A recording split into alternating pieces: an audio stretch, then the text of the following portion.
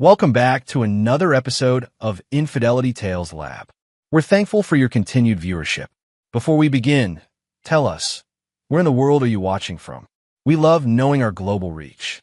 Now, let's dive into today's story. Chapter 1. The Mask Falls. Troy Sinclair had built his life on two fundamental principles. Loyalty was everything, and betrayal was unforgivable. As he lay motionless in the hospital bed, his breathing steady and eyes closed, he listened to his wife of 12 years destroy everything he thought he knew about his family. "We'll build a better life without your useless father," Holly whispered to their two children, Mason and Chloe, ages 10 and 8. Her voice carried a venom Troy had never heard before. "He's been holding us back for years. Once he's gone, we can finally be happy." The words cut deeper than the surgeon's scalpel that had removed the tumor from his brain just 18 hours earlier. Troy's recovery had been faster than expected, his consciousness returning while the medical staff believed he remained in a post-surgical coma. The irony wasn't lost on him. The man they thought was brain damaged was hearing every calculated word of their betrayal. "But what if Daddy wakes up?" Chloe's small voice trembled with confusion. "He won't, sweetheart," Holly replied with cold certainty. "And even if he did, he'd never be the same. Derek explained it to me. The surgery, it changes people. Makes them different. Broken. Derek." Troy's blood pressure monitor would have screamed if he'd allowed his rage to surface. Derek Hoffman, his business partner, his best friend since college. The man who'd been best man at his wedding. The man who'd apparently been planning his downfall while sharing dinners at his table. Troy had spent 15 years building Apex Security Solutions from nothing into a multi-million-dollar private military company.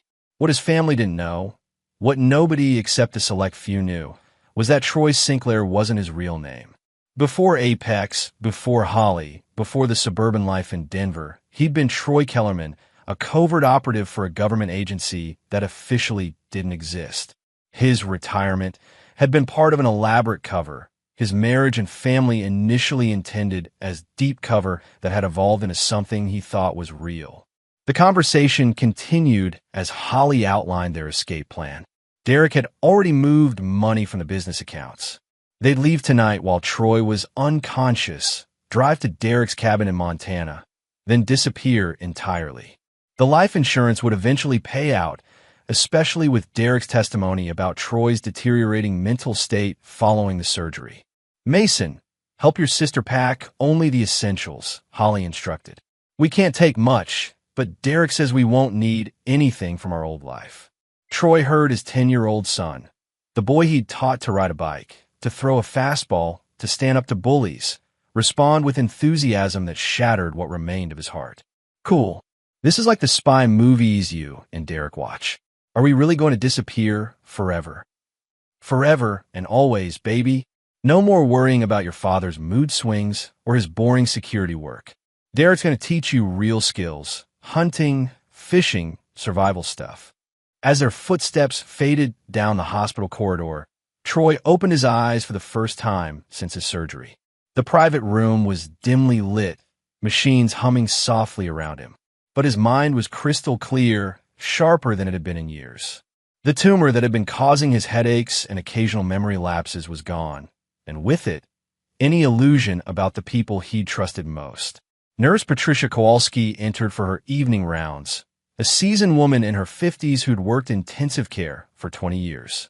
She checked his monitors, made notes on her chart, then paused when she noticed his eyes were open. "Mr. Sinclair, can you hear me?"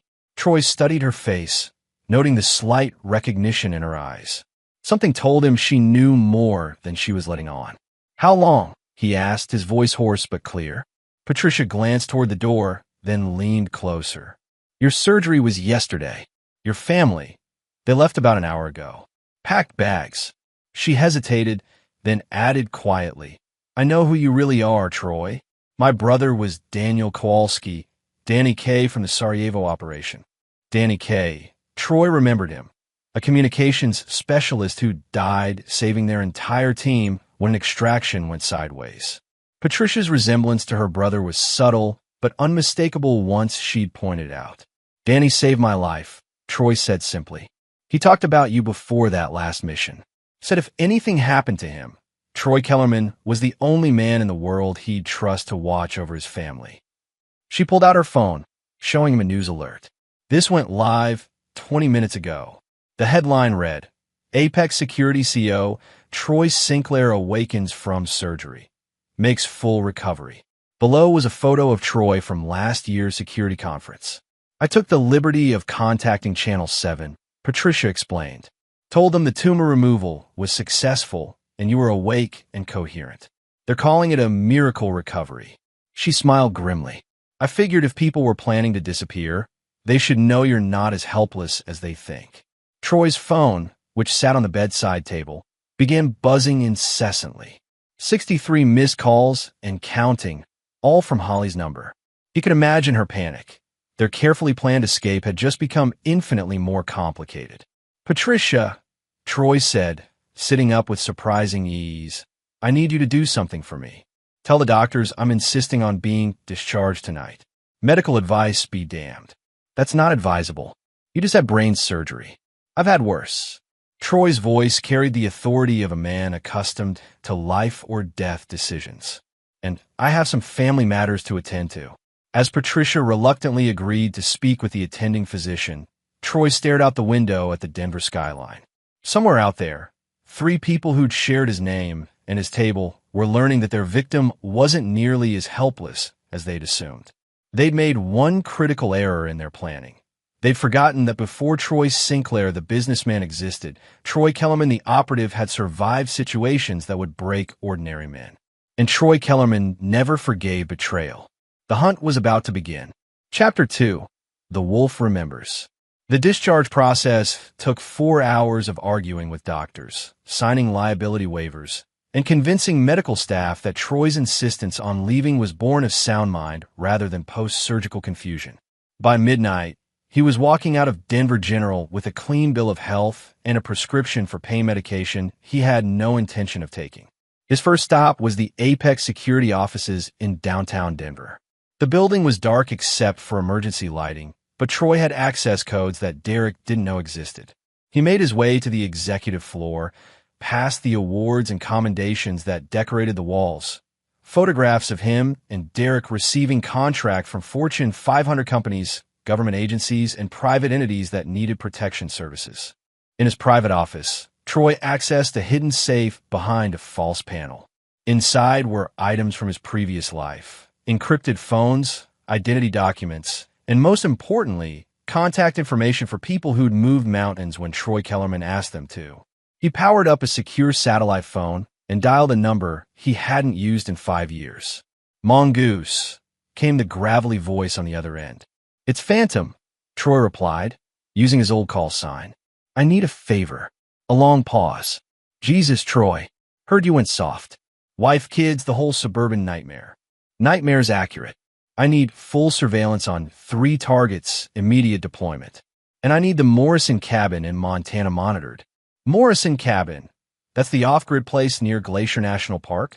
That's the one. How fast can you have eyes on it? Give me 6 hours. What's the situation? Troy outlined the betrayal in clinical terms, keeping emotion out of his voice. Mongoose, real name Carl Rodriguez, had been Troy's intelligence coordinator for 7 years of Black Ops. He now ran a private intelligence firm that operated in legal gray areas. Damn, brother. Your own family. Former family, Troy corrected. I need to know everything about Derek Hoffman's activities for the past 6 months. Financial records, communications, travel patterns. Everything. Consider done. What's your timeline? They think they have a head start, but they're not dealing with Troy Sinclair anymore. They're dealing with me. After ending the call, Troy spent the next hour accessing Apex's financial records. Derek had been cleverly skimming money for months, but he'd made one crucial mistake. He'd used corporate accounts that Troy had access to through back doors Derek didn't know existed. The theft totaled nearly $2 million, moved through a series of shell companies that ultimately led back to Derek's personal accounts. But Troy wasn't interested in financial recovery. Money could be replaced. Trust, once broken, was permanent. His secure phone buzzed with an encrypted message from Mongoose. Eyes on cabin. 3 vehicles present. Heat signatures show 4 adults, 2 children. Your targets are there. 4 adults. That meant Derek wasn't alone. He'd brought backup. Troy's smile was cold as he typed back. Maintain surveillance. Do not engage. I'm coming. The drive from Denver to northern Montana took 12 hours, but Troy made it in 9. The Ducati motorcycle he'd retrieved from a storage unit outside the city was built for speed, and the highways were empty in the pre-dawn hours. As he rode, he made additional phone calls to contacts across the country. People who owed him favors, people who feared him, people who understood that Troy Kellerman always collected his debts. By the time he reached the surveillance position Mongoose had established, the sun was setting behind the Rocky Mountains. Carl Rodriguez met him at a concealed observation post overlooking the cabin valley. Good to see you, Phantom, Mongoose said, handing Troy a pair of high-powered binoculars. Though you look like hell, brain surgery will do that. Troy focused the binoculars on the cabin below. What's the situation? Derek Hoffman, your wife Holly, and your 2 kids, plus 2 additional males, Marcus Webb and Antonio Rivera. Both have records. Webb for armed robbery, Rivera for assault and drug trafficking. Looks like Derek recruited some muscle for protection. Troy studied the men through the binoculars. Webb and Rivera were posted as sentries, carrying hunting rifles and communicating via handheld radios. This wasn't a simple escape plan. It was a fortress mentality. Derek's more paranoid than I gave him credit for, Troy observed. He knows I'm not the suburban businessman he's been manipulating. There's more, Mongoose continued. I intercepted communications between Derek and a contact in Mexico. He's planning to move the family across the border tomorrow night. New identities, permanent relocation. Troy lowered the binoculars. His children, Mason and Chloe, were inside that cabin, probably scared and confused, being told lies about their father by people who'd stolen them from their home. The rage that had been building since he'd overheard Holly's whispered betrayal crystallized into something cold and calculating. I need 3 things, Troy said. First, I need the local sheriff's department to receive an anonymous tip about suspicious activity at this cabin. Drug trafficking, armed individuals, child endangerment. But not for 12 hours. Giving yourself time to work? Exactly. Second, I need Derek's communication equipment jammed starting at midnight. Total blackout. Done. What's the third thing? Troy's smile was predatory. I need you to disappear for the next 6 hours. Whatever happens in that valley, you never saw me here. Mongoose studied his old partner's face. Troy, those are your kids down there. Mason and Chloe are innocent. They'll be protected. Troy's voice was granite. But Holly made her choice when she decided to steal my children and disappear with my business partner. And Derek made his choice when he recruited armed criminals to help him. What about the muscle? Marcus Webb and Antonio Rivera signed their own death warrants when they agreed to help kidnap children. Troy began checking the equipment he'd retrieved from his motorcycle. Some sins don't deserve forgiveness. As Mongoose packed up the surveillance equipment, Troy prepared for the descent into the valley. He'd given his family every opportunity to build a real life together. He'd retired from the shadow world, created a legitimate business, tried to be the husband and father they deserved. But they'd seen his kindness as weakness, his love as something to exploit. Tonight, they'd learned the difference between Troy Sinclair, the businessman, and Troy Kellerman, the operative. Some lessons could only be taught in blood. Chapter 3. The Devil's Gambit. The cabin sat in a natural depression surrounded by dense pine forest, accessible only by a single dirt road that wound through the mountains. Troy spent 2 hours studying the terrain, identifying approach routes and escape paths. Derek had chosen the location well, isolated, defensible, with clear sight lines in all directions. But he'd made the location choice thinking like a businessman, not like someone who'd spent years infiltrating enemy strongholds. At 11:45 p.m., Troy began his approach. He moved through the forest like a shadow, his black tactical gear blending with the darkness between the trees. The moon was a thin crescent, providing just enough light for his night vision equipment without exposing his position. Marcus Webb was stationed at the front perimeter, smoking a cigarette and checking his phone. Antonio Rivera patrolled the rear approach, following a predictable pattern that spoke to his lack of professional training. Both men were armed but careless. They expected trouble to announce itself with sirens and flashing lights, not emerge from the darkness like a specter. Troy reached Rivera first.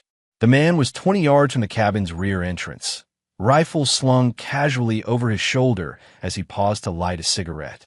Troy moved with practiced silence, closing the distance in seconds. Rivera never heard him coming. The chokehold was precise and efficient. Rivera had time for one startled gasp before unconsciousness claimed him. Troy lowered the body silently, relieved the man of his weapon and radio, then secured him with zip ties. Rivera would wake up in several hours with a headache and no memory of how he'd ended up bound in the forest. Webb proved equally unprofessional. When Rivera failed to check in over the radio, Webb simply assumed equipment failure rather than investigating. Troy found him still at his post, now playing a game on his phone with his back turned to the forest. "Marcus Webb," Troy said quietly, materializing from the shadows. Webb spun around, fumbling for his rifle, but found himself staring down the barrel of Troy's sidearm. "You have a choice," Troy continued in the same conversational tone. "You can walk away from this situation with your life, or you can continue working for Derek Hoffman and discover what happens to people who threaten my children." Webb's eyes were wide with panic. "Look, man, I don't know what this is about. Derek just hired us for security. Said his business partner might cause trouble. Derek lied to you.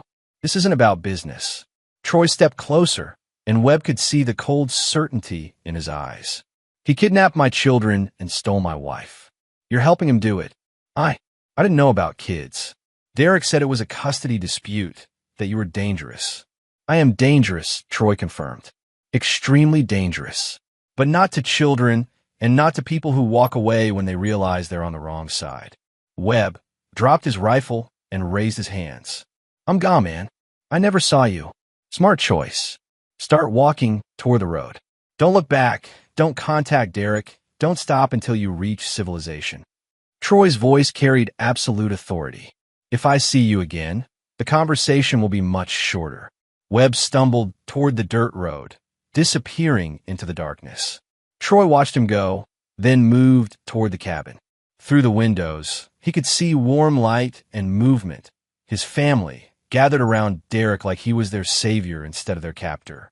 He circled the building, noting the layout and planning his entry. The cabin had 3 bedrooms, a main living area, and a kitchen. Derek was in the living room with Holly, their heads close together as they studied what looked like travel documents. Mason and Chloe were in one of the bedrooms, apparently asleep.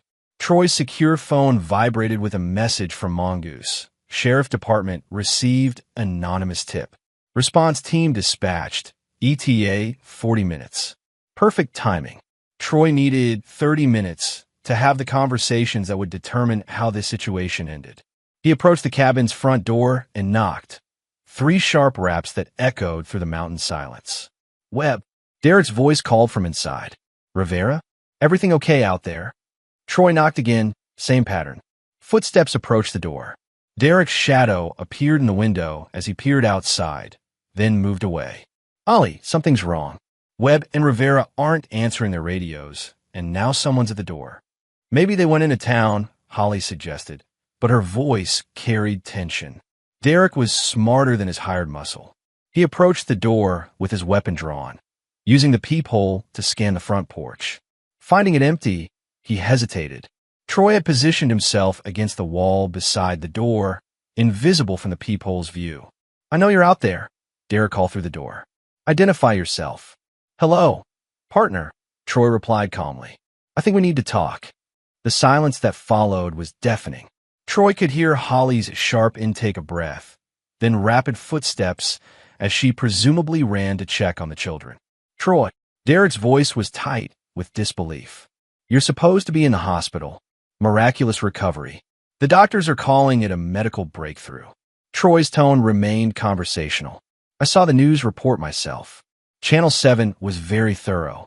More silence, then whispered conversation inside. Troy could imagine Derek's panic as he realized their carefully planned escape had been built on false assumptions. "The children are safe," Troy continued. This conversation is between adults. Open the door, Derek. Let's finish what you started. I'm armed, Derek warned. So am I. But I'm not here to shoot you through a door like a coward. Troy paused, letting that sink in. Although if you prefer, I can wait for the sheriff's department.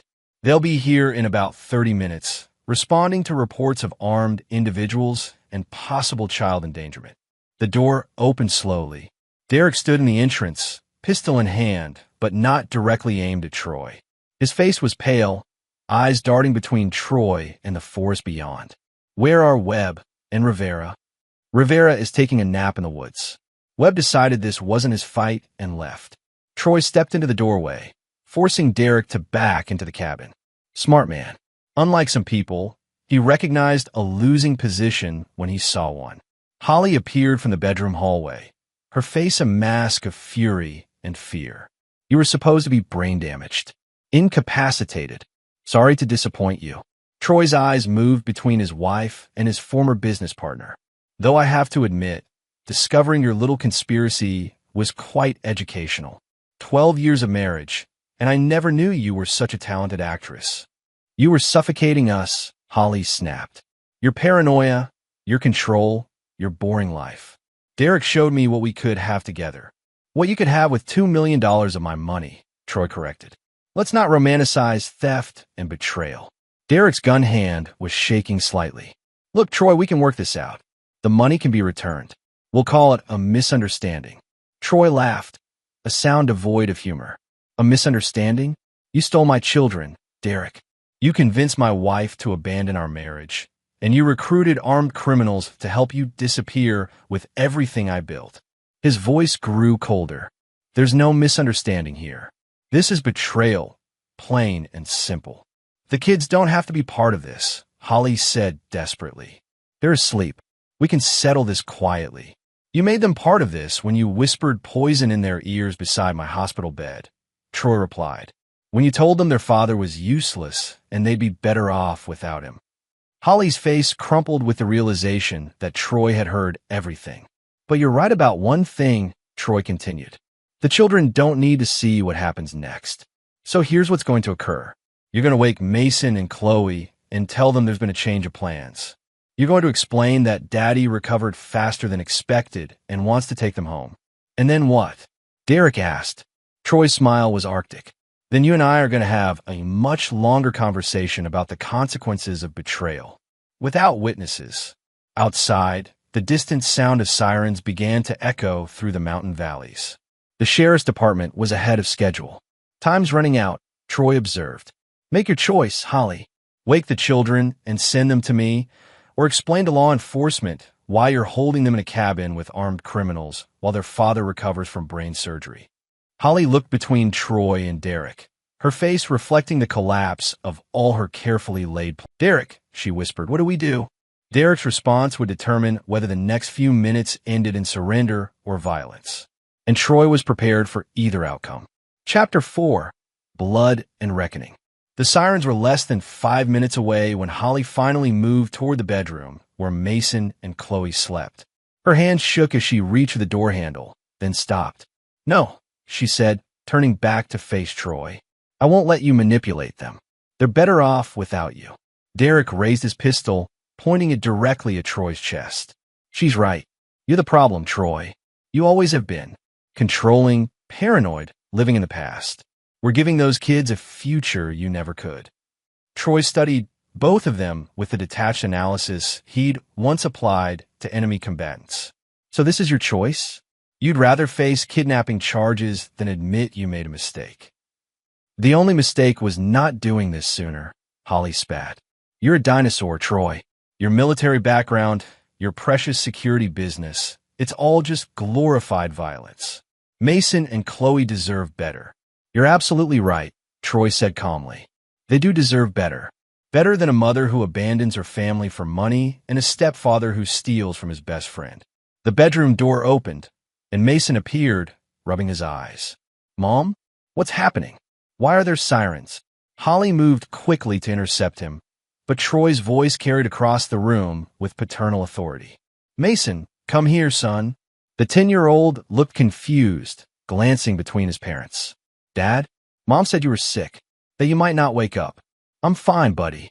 Just had a headache that needed fixing. Troy kept his voice gentle despite the weapon pointed at him. Why don't you and Chloe come with me? We need to talk. He's lying to you, Holly said desperately. The surgery changed him, Mason. He's not the same person. Mason studied his father's face with the serious expression that had always reminded Troy of himself. You look the same to me, Dad. Derek's finger tightened on the trigger. Troy, call off the police. Tell them it was a false alarm. I can't do that, Derek. See, I never called them. Troy's smile was predatory. A concerned citizen reported suspicious activity. Armed individuals at an isolated cabin, possible drug trafficking, child endangerment. The kind of call that brings a full tactical response. The sirens were deafening now, vehicles pulling up outside the cabin. Bright lights flooded through the windows as the sheriff's department surrounded the building. Sheriff's department. Exit the building with your hands visible. Derek's panic was complete now. He swung the gun between Troy and the front door, his breathing rapid and shallow. This is your fault, he snarled at Troy. Everything's ruined because you couldn't just stay unconscious. Actually, everything's ruined because you're a thief and a kidnapper, Troy corrected. But I'm willing to make this simple for you. He stepped closer to Derek, close enough that the gun barrel was nearly touching his chest. Shoot me, Troy said quietly. Pull the trigger, Derek. In front of my son, in front of the police outside, with evidence of your financial crimes already in the hands of federal investigators. See how that works out for you. Derek's hand was shaking violently now. You're insane. No, I'm informed. While you were planning your great escape, I was making phone calls. The FBI has copies of all your financial records. The money you stole has been frozen in every account you thought was secret. Your Mexico contact? He's been arrested. There's no escape plan anymore, Derek. There's only consequences. The front door burst open as tactical officers flooded the cabin. Drop your weapons. Get on the ground. Derek turned toward the officers, his gun still in hand. It was exactly the wrong move at the wrong time. Gun, one of the officers shouted. Troy moved faster than Derek could react, slamming into his former partner and driving him to the ground. The pistol discharged harmlessly into the ceiling as they fell, then skittered across the floor. Clear, Troy shouted, rolling away from Derek with his hands visible. Weapon is clear. The tactical team swarmed the cabin, securing Derek with professional efficiency. Holly was handcuffed as well, her protests about custody rights falling on deaf ears as officers found the stolen financial documents scattered across the coffee table. Sheriff Tom Bradley, a graying veteran who'd known Troy during his civilian years in Denver, helped him to his feet. Troy Sinclair, right? Heard you had brain surgery yesterday. Feeling much better now, Troy replied, watching as Derek was led away in handcuffs. Thank you for the fast response. Anonymous tip about armed individuals and child endangerment, Bradley explained, though it looks like our tipster was well informed. Mason and Chloe emerged from the bedroom, looking scared and confused. Troy knelt to their level, his voice gentle. It's okay, kids. Everything's going to be fine now. Are Mom and Derek in trouble? Chloe asked, tears in her eyes. They made some bad choices, Troy explained. But that's not your fault, and it doesn't change how much I love you. As the sheriff's deputies processed the scene, Troy made additional phone calls to contacts who would ensure Derek and Holly face federal charges for the financial crimes in addition to the kidnapping allegations. The evidence was overwhelming, the documentation thorough. But as he watched his children being comforted by paramedics, Troy realized his revenge was far from complete. Holly and Derek would face justice through the legal system, but justice and revenge were different things entirely. Over the next several hours, as statements were taken and charges filed, Troy learned the full scope of their betrayal. Holly had been planning to leave him for 8 months, convinced by Derek that Troy's post-military life made him a liability. They'd been having an affair for over a year, using business trips as cover for their relationship. Most damaging of all, they'd been systematically poisoning his children's perception of him, telling them their father was unstable, dangerous, and holding the family back from happiness. As dawn broke over the Montana mountains, Troy sat in Sheriff Bradley's office with Mason and Chloe, waiting for social services to complete their evaluation. The children would be going home with him, but the psychological damage would take time to heal. "Dad," Mason said quietly, "were you really sick? In your brain?" "I had a tumor that was causing headaches," Troy explained honestly. "The doctors removed it, and now I'm fine. Better than fine, actually. Derek said you might become violent, that you had episodes." Troy felt the cold rage return, but kept his voice steady. "Derek told you a lot of things that weren't true, son. He was trying to make you afraid of me, so you wouldn't want to come home. But why would he do that?" It was a child's question that deserved an honest answer. Because some people think lying is easier than facing the consequences of their choices. "Derek stole money from our business and convinced your mother to help him. When they decided to disappear, they needed you and Chloe to go willingly." Chloe, who'd been quiet through most of the ordeal, finally spoke up. "I don't want to go with Derek anymore. He was mean when you weren't around." Troy pulled both children closer, feeling the weight of fatherhood settle around him like armor. Holly and Derek were in prison, their legal troubles just beginning. But the deeper revenge, the kind that would truly balance the scales, would take time and patience. His family had been stolen from him, his children's love poisoned against him, his trust betrayed by the people closest to him. The law would punish them for their crimes, but Troy Kellerman had learned long ago that some debts could only be paid in suffering. As they drove back toward Denver, Troy's phone buzzed with a message from Mongoose. Rivera found and arrested. Webb turned himself into authorities in Billings. Clean sweep. Troy typed back. Phase 1 complete. Phase 2 begins when they're transferred to federal custody. In the rearview mirror, he could see Mason and Chloe sleeping in the back seat, finally safe. They'd been through enough trauma. They would be protected from what came next. But Holly and Derek's ordeal was just beginning. They thought prison would be their punishment, but Troy had spent years building relationships with people who operated in the gray spaces between legal and illegal. People who understood that some betrayals demanded a more personal form of justice. The reckoning had only begun. Chapter 5. The Price of Betrayal. 6 months after the Montana incident, Holly sat in the federal courthouse in Denver, listening to the judge sentence her to 8 years in prison for conspiracy, kidnapping, and money laundering. Derek received 12 years for the same charges, plus additional counts of embezzlement and fraud. Their lawyers had negotiated the best deals possible, but the evidence was overwhelming. Troy watched from the gallery, his face impassive as the woman who'd shared his bed for 12 years was led away in shackles. Mason and Chloe weren't present. They were at school, living as normal a life as he could provide after the upheaval.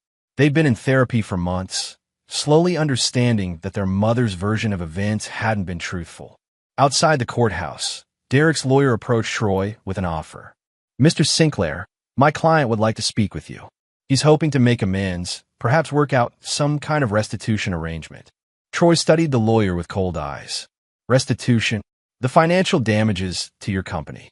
Derek understands he can't undo what happened, but he'd like to try to make things right.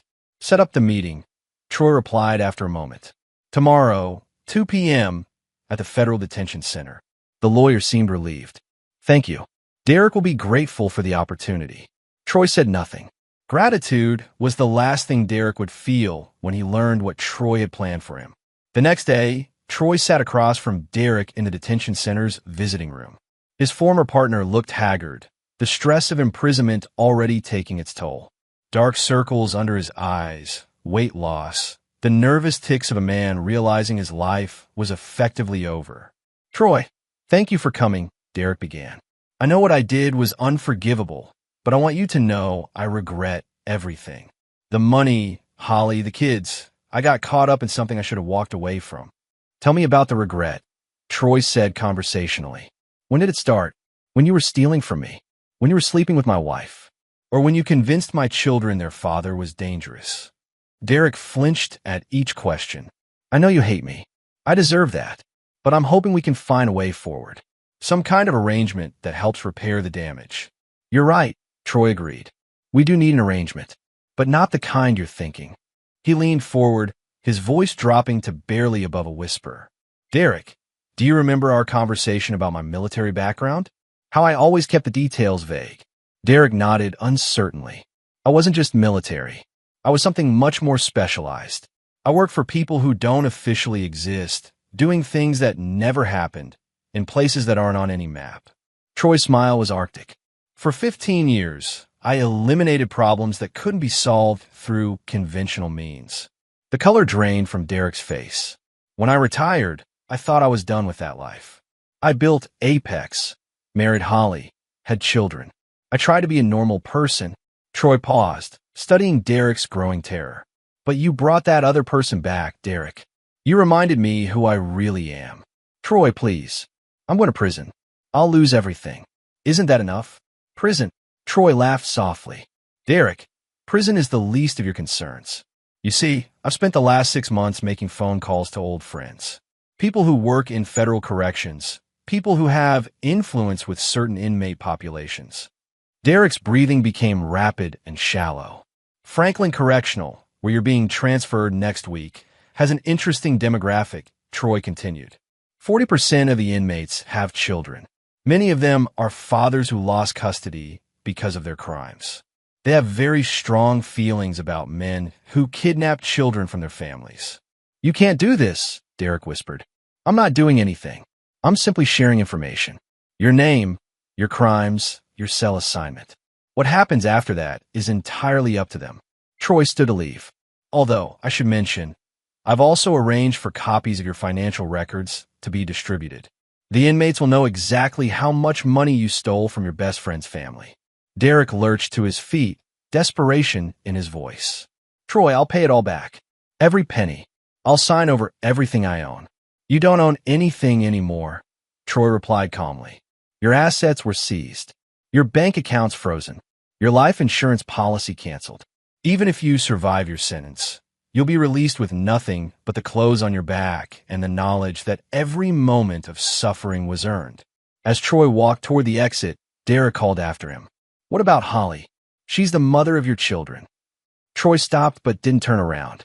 Holly made her choice when she decided Mason and Chloe would be better off without their father. Now she gets to live with the consequences of that choice.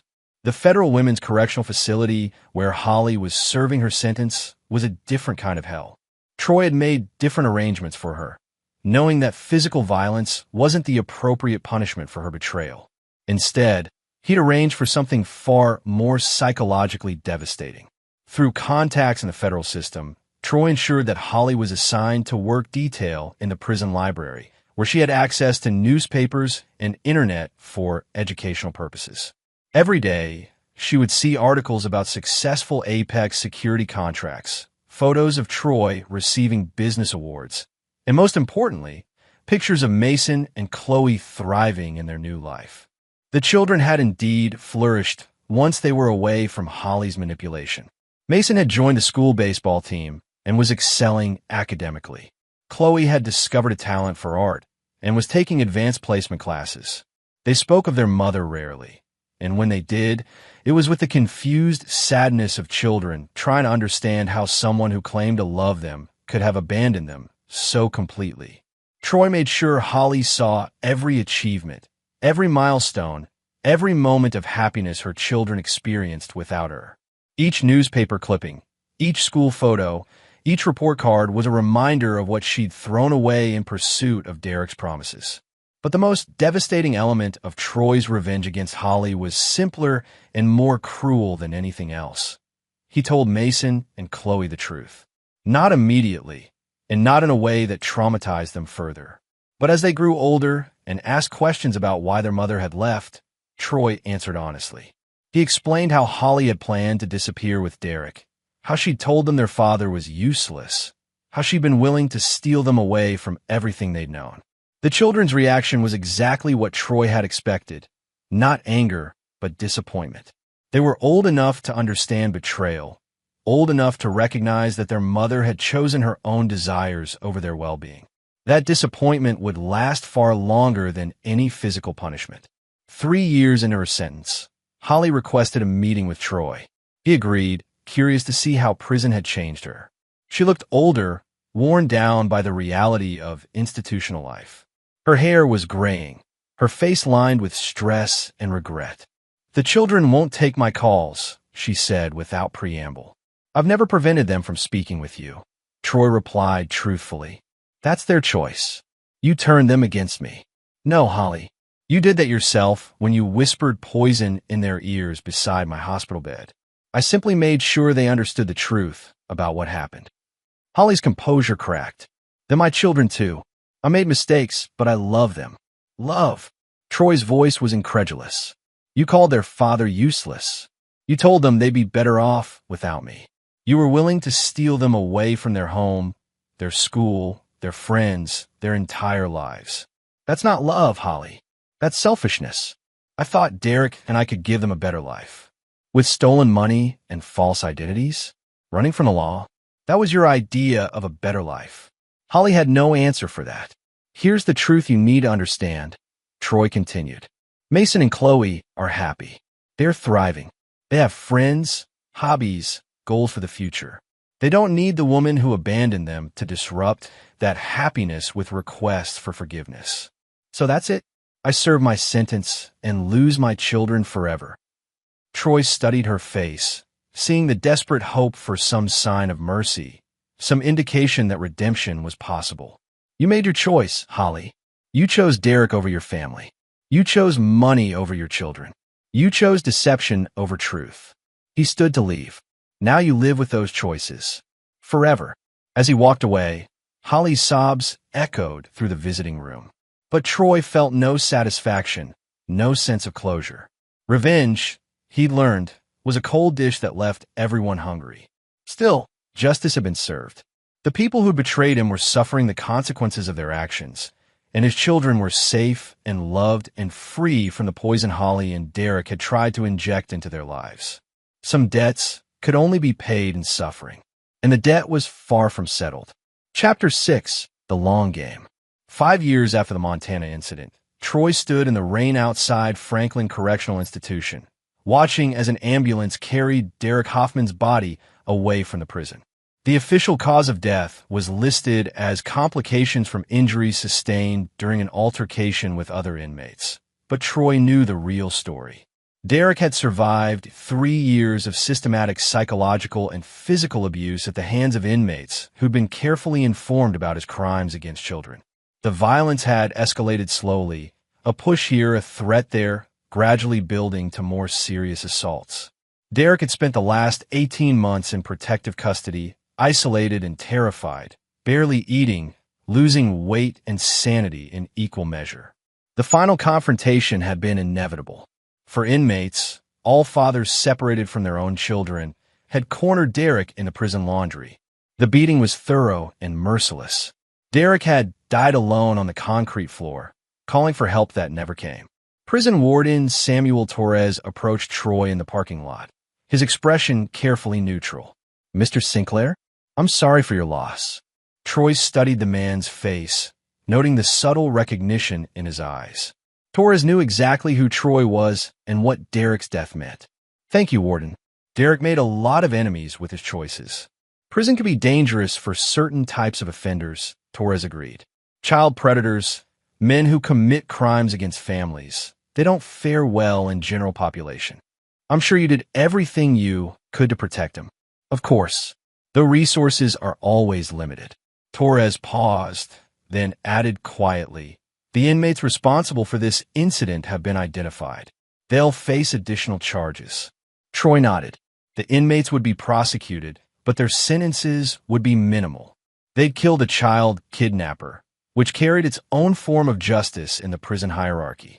They'd be heroes to their fellow inmates, not pariahs.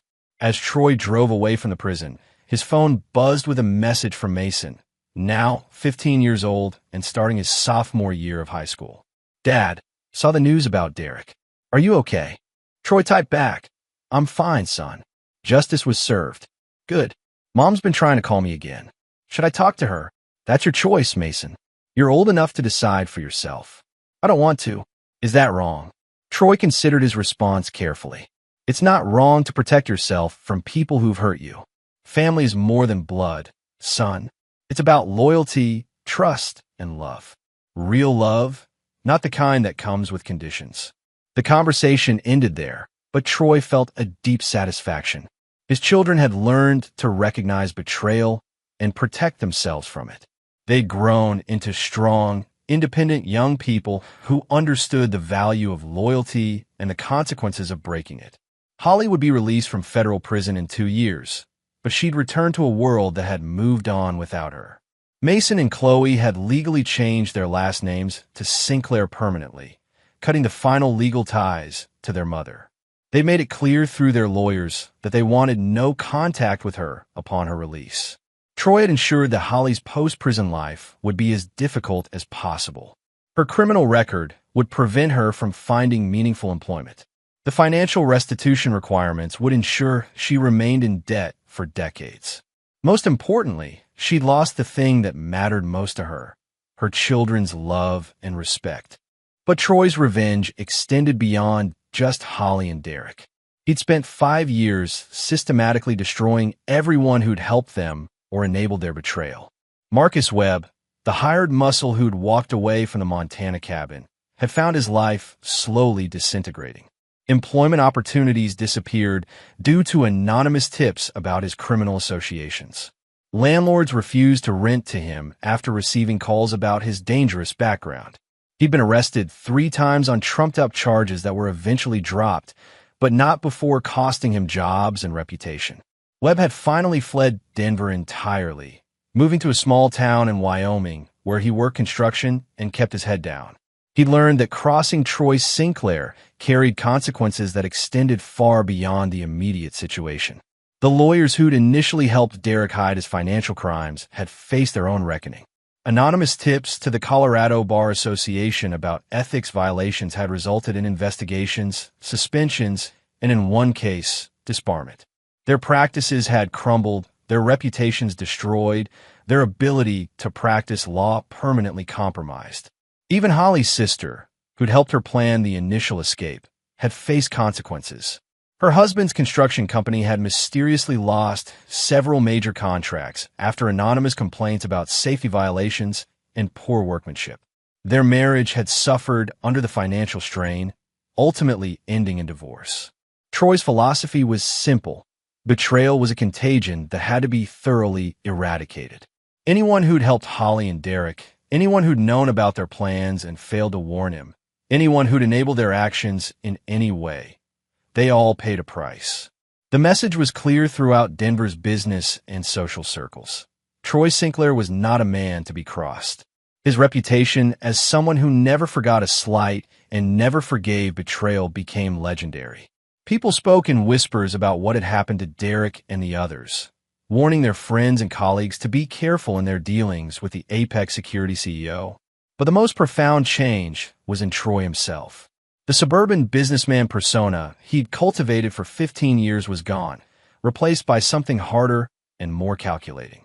He still loved his children with fierce intensity, still provided them with every opportunity and advantage.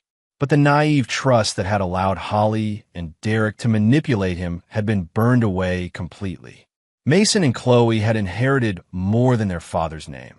They'd learned his philosophy about loyalty and consequences. They protected each other with the same intensity Troy protected them. They understood that trust was earned through actions, not words, and that betrayal was unforgivable. As Troy pulled into the driveway of their Denver home, he saw his children through the window, doing homework at the kitchen table. They were laughing about something, comfortable and secure in the knowledge that their father would always protect them from those who might harm them. The house was peaceful, stable, free from the toxicity Holly and Derek had tried to introduce. Troy had built something pure here, something that couldn't be corrupted by people who saw kindness as weakness or love as something to exploit.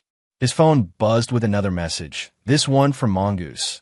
Package delivered to Holly's cell as requested.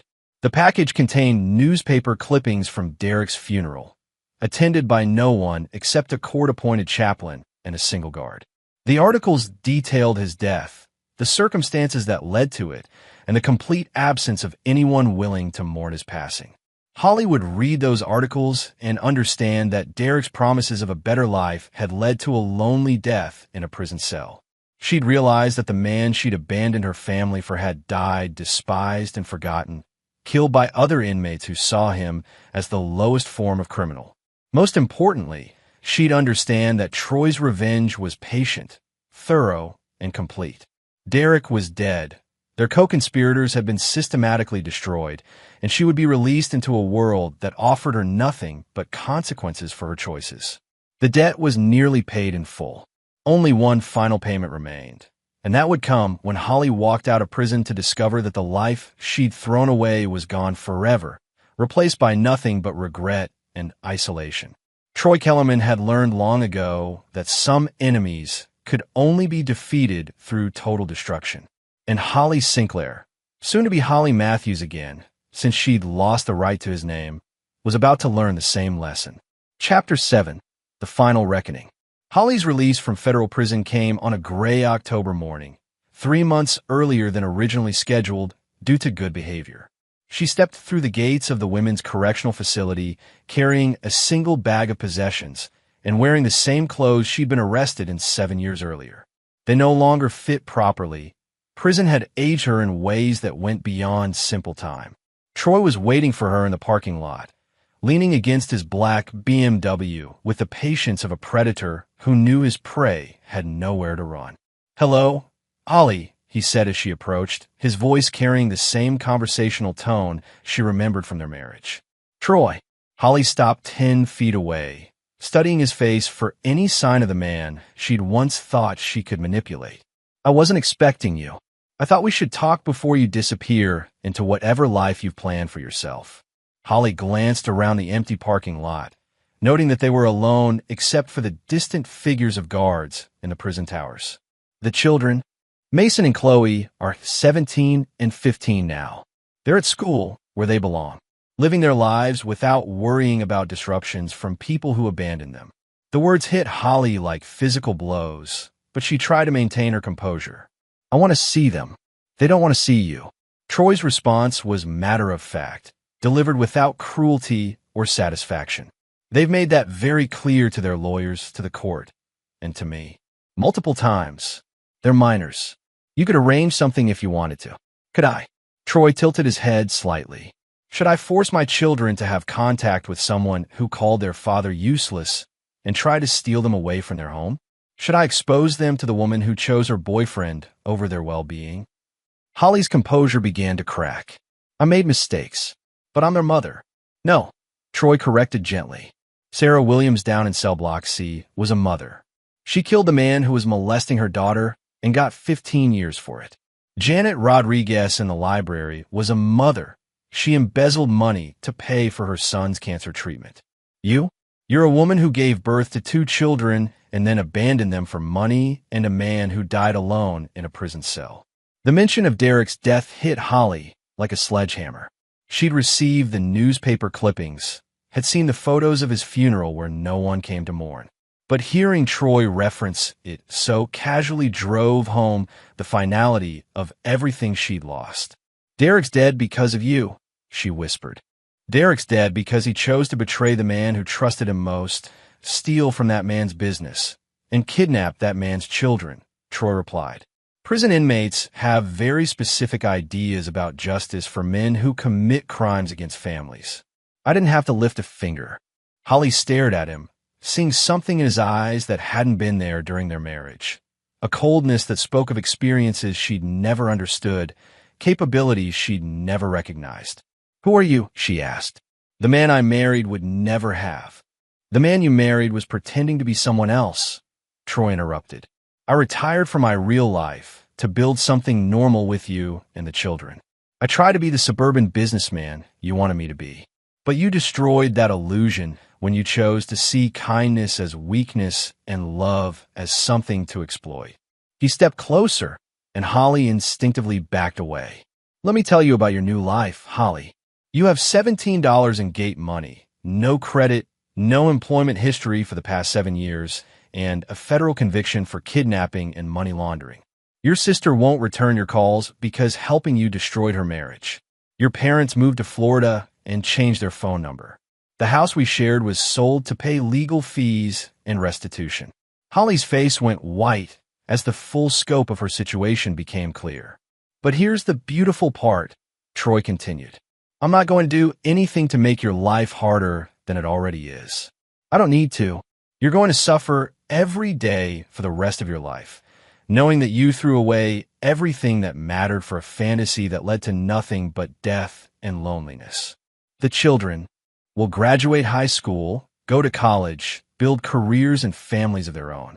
They'll have wonderful lives filled with people who actually love them, not people who see them as pawns in some scheme for easy money." Troy's smile was arctic. "And you'll read about it all in the newspaper. Every graduation, every achievement, every milestone you'll never be part of." Holly's legs gave out, and she sank to her knees in the prison parking lot, the full weight of her choices finally crushing her completely. "Please," she whispered, "I know I can't undo what I did, but please don't shut me out of their lives forever. They're all I have left." Troy knelt beside her, his voice dropping to barely above a whisper. "Holly, do you remember what you said to them beside my hospital bed? When you thought I couldn't hear you?" She nodded, tears streaming down her face. "You told them they'd build a better life without their useless father. You convinced them I was damaged, dangerous, holding them back from happiness." Troy paused, letting the words sink in. "Well, congratulations. They have built a better life. Without you." He stood and walked toward his car, then stopped and turned back. "There's a bus station in town. The 315 Greyhound goes to Colorado Springs, where there's a women's shelter that helps ex-offenders find housing and employment. I'd suggest you be on it. What if I refuse? What if I stay and try to contact the children anyway?" Troy's expression didn't change, but something shifted in his eyes that made Holly understand she was looking at a man capable of things she'd never imagined. "Then you'll discover that Derek's fate wasn't unique. Some debts can only be paid in suffering, Holly. Yours is almost settled, but not quite.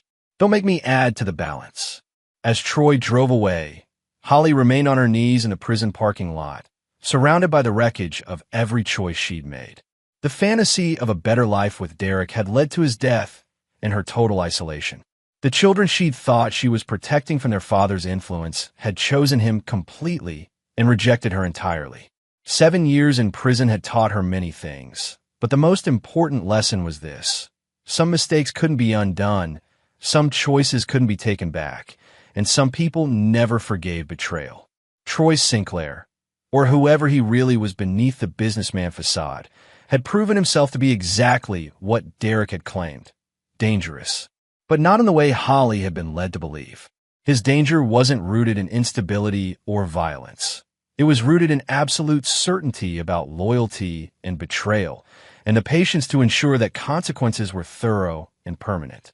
At 3:15 p.m., Holly boarded the Greyhound bus to Colorado Springs, carrying her single bag and the knowledge that she would spend the rest of her life paying for the decision to betray the man who'd loved her and the children who trusted her.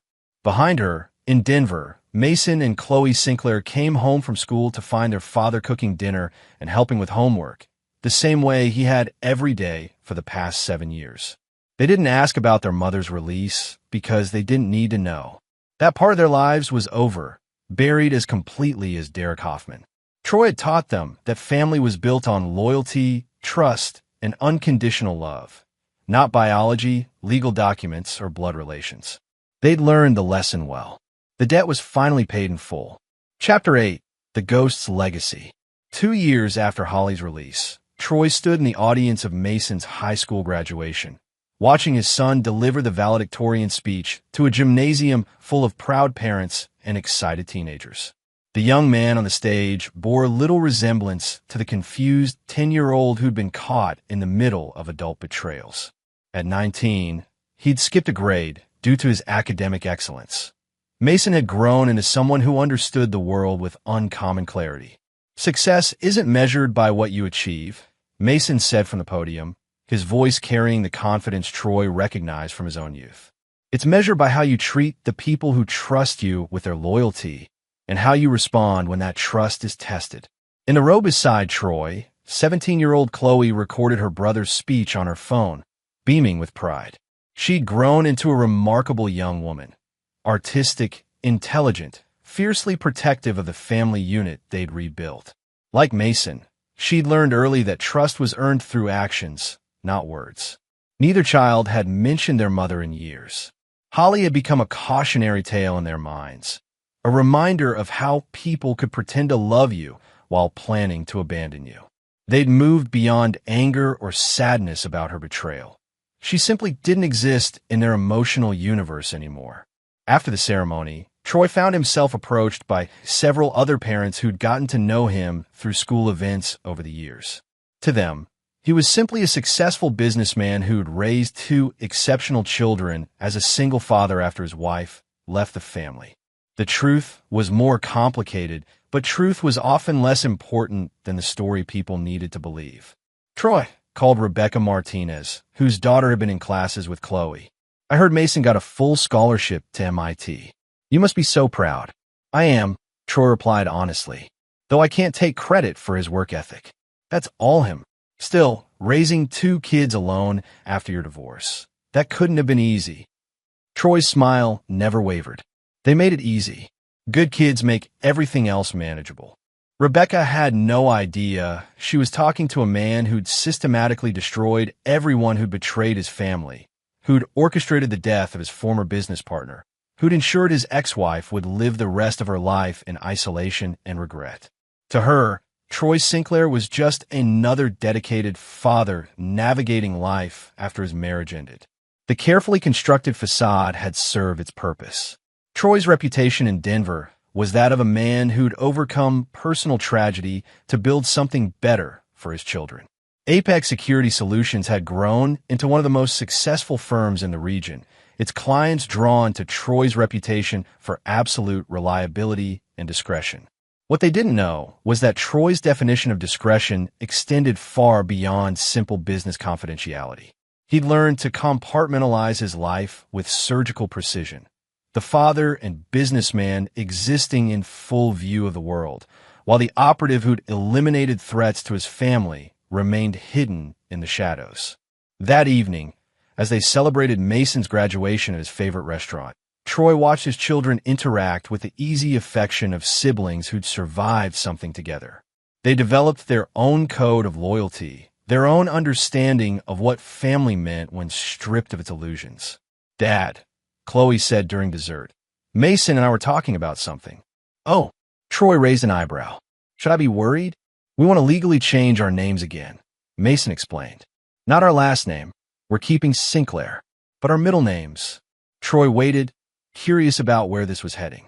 "We want to honor Mom," Chloe continued, and Troy felt his blood pressure spike before she clarified, "Patricia Kowalski, the nurse who helped you at the hospital that night. She saved our family when she called the news station." Troy felt something tight in his chest loosen. Patricia had indeed saved them, in ways his children couldn't fully understand. Her decision to alert the media about his recovery had destroyed Holly and Derek's escape plan and forced them into the desperate situation that led to their capture. "Patricia passed away last year," Mason added softly. "Cancer. We found out through her obituary. We'd like to carry her name as a way of remembering what she did for us." "Mason Patricia Sinclair and Chloe Patricia Sinclair," Troy said, testing the sound. "I think she would have been honored."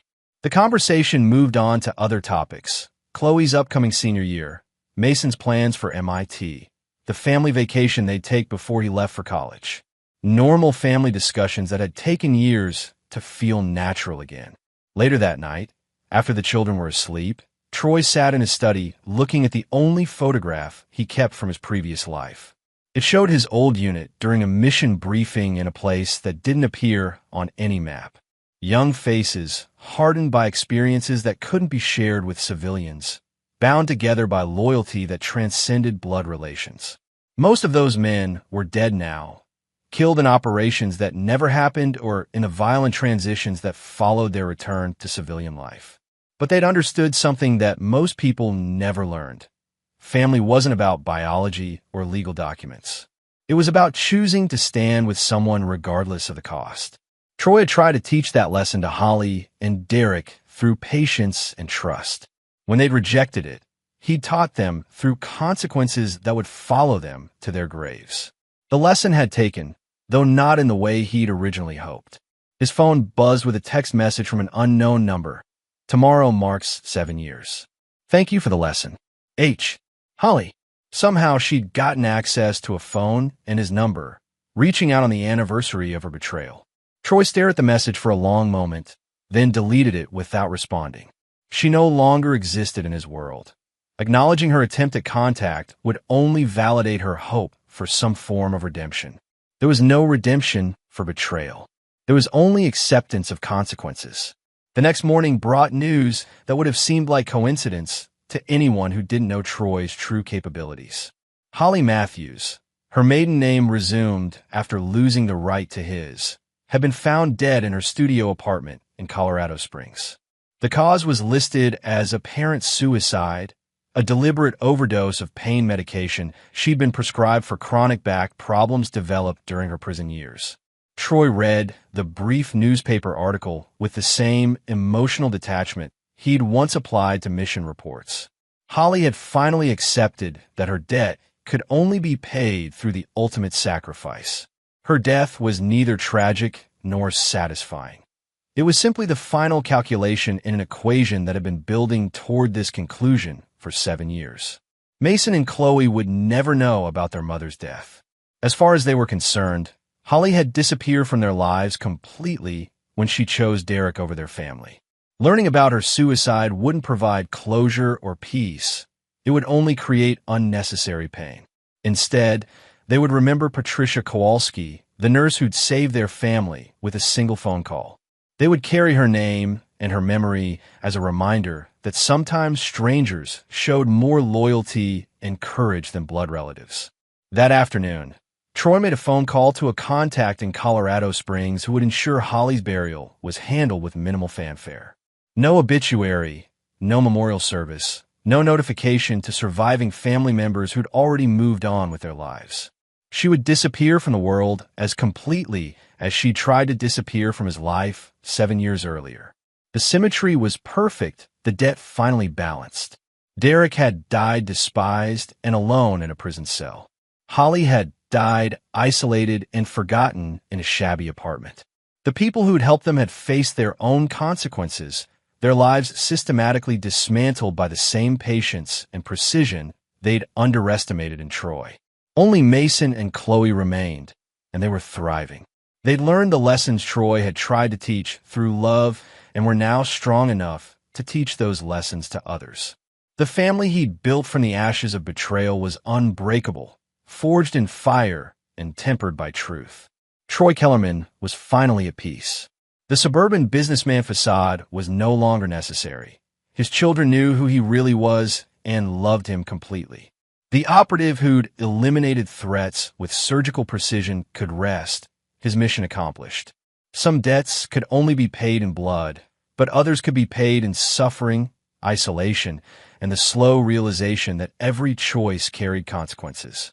Holly and Derek had paid their debts in full, and their deaths marked the end of a story that had begun with whispered betrayal beside a hospital bed. In the end, Troy had proven something that both he and his enemies had forgotten during the years of suburban normalcy. Love was not weakness, kindness was not vulnerability, and trust was not naive. But betraying those things? That was unforgivable. The reckoning was complete. Chapter 9, New Beginnings. 5 years later, Troy stood at the edge of the MIT campus, watching Mason walk across the graduation stage to receive his doctoral degree in cybersecurity at the unprecedented age of 24. In the audience beside him, Chloe cheered loudly for her brother, her own Stanford MBA having been completed the previous year. Both children had inherited their father's intensity and focus, channeling it into achievements that amazed even Troy. The young man accepting his diploma bore the confidence of someone who understood the world's complexities without being broken by them. Mason had grown into a leader, someone who inspired loyalty through example rather than demanding it through manipulation. His doctoral thesis on quantum encryption had already been recruited by 3 government agencies and 2 Fortune 500 companies. Chloe had chosen a different path, combining her artistic talents with business acumen to build a non-profit organization that helped children from broken families find stability and support. Her work was driven by personal experience, but her approach was clinical and effective. She'd learned from Troy that emotion without action was useless, while action without emotion was hollow. After the ceremony, the three of them went to dinner at a quiet restaurant near campus. The conversation was easy, filled with the comfortable dynamic of people who'd survived something together and emerged stronger.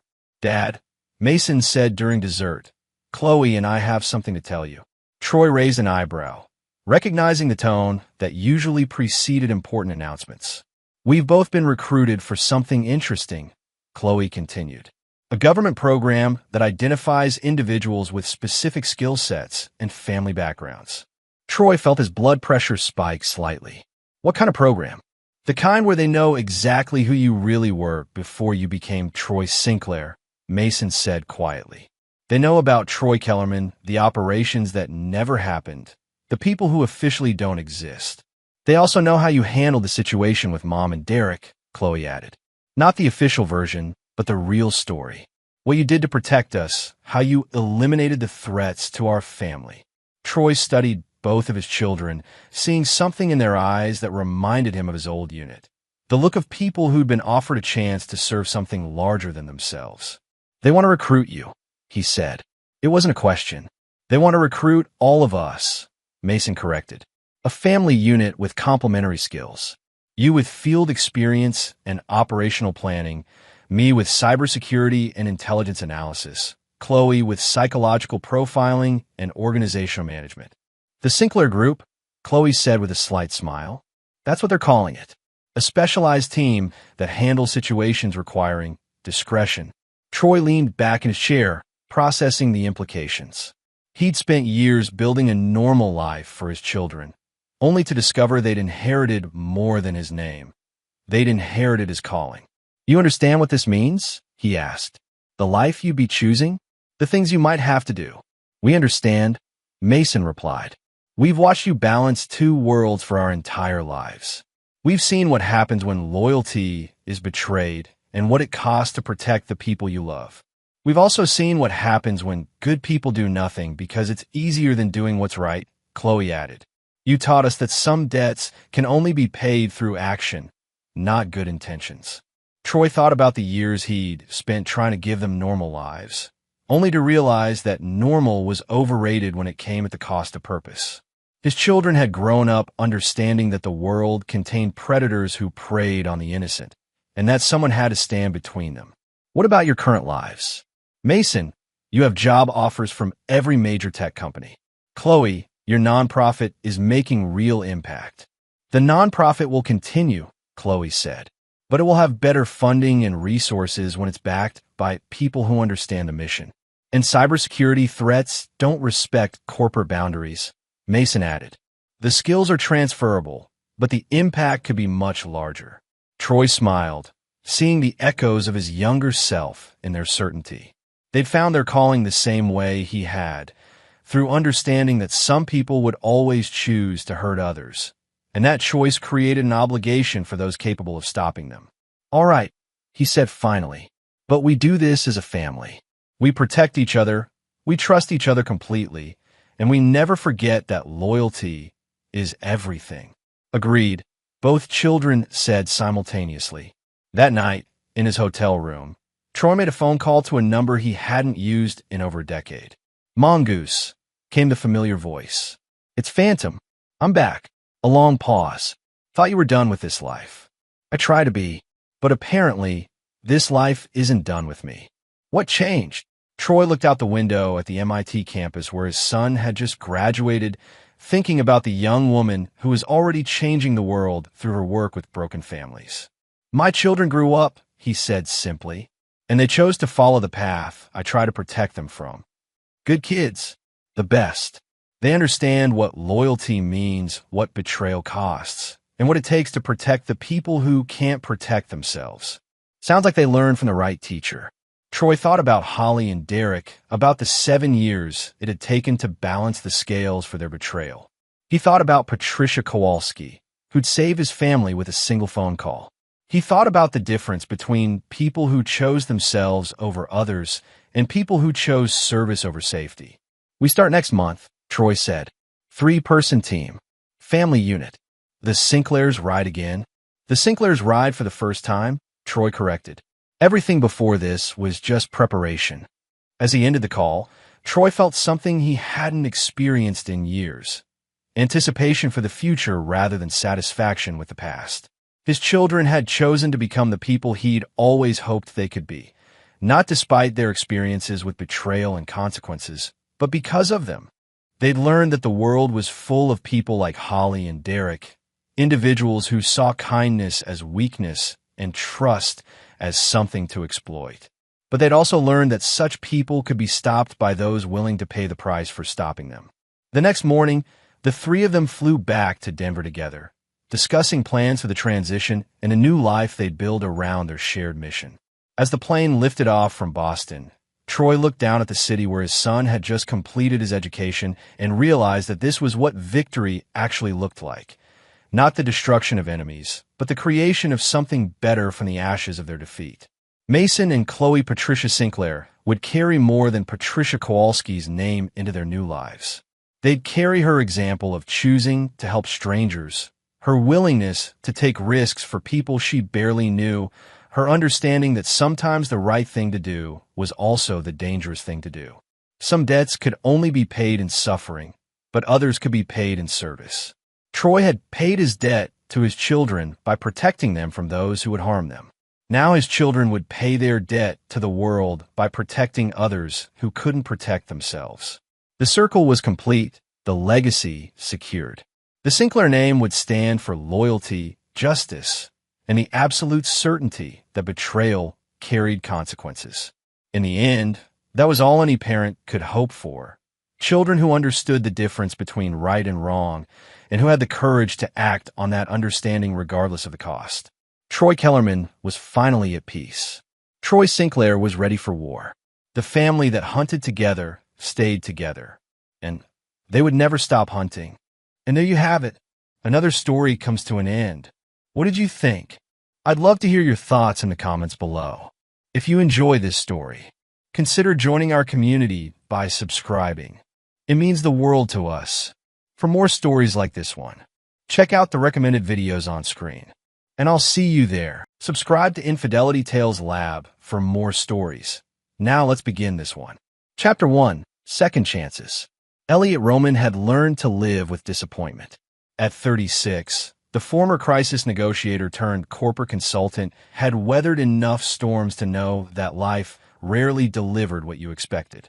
But the look on his wife, Autumn's face as they sat in the adoption agency waiting room was something different. Hope mixed with terror, a cocktail he knew all too well. Mr. and Mrs. Roman? Violet Rich, the social worker, appeared in the doorway. Her smile was professional but warm. "She's ready to meet you." 6 years. That's how long they'd been trying. 3 rounds of IVF, 2 miscarriages, and a small fortune that had evaporated like morning fog. Elliot had wanted to adopt years ago, but Autumn had clung to the hope of biological children until last winter, when her doctor had finally said the words that ended the debate. "I'm sorry, but your body can't sustain a pregnancy." The girl sat in a plastic chair, her legs swinging several inches above the floor. She was 4 years old according to the file, though she seemed smaller, more fragile. Dark hair framed a face that was eerily calm for a child who'd been bounced between 3 foster homes in 18 months. "This is Lily," Violet said softly.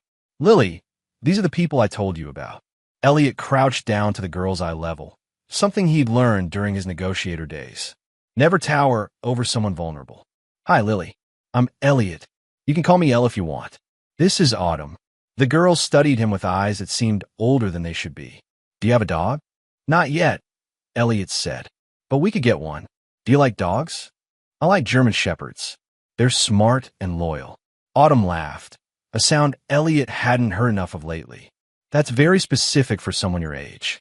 Over the next 2 hours, they played with building blocks and read picture books.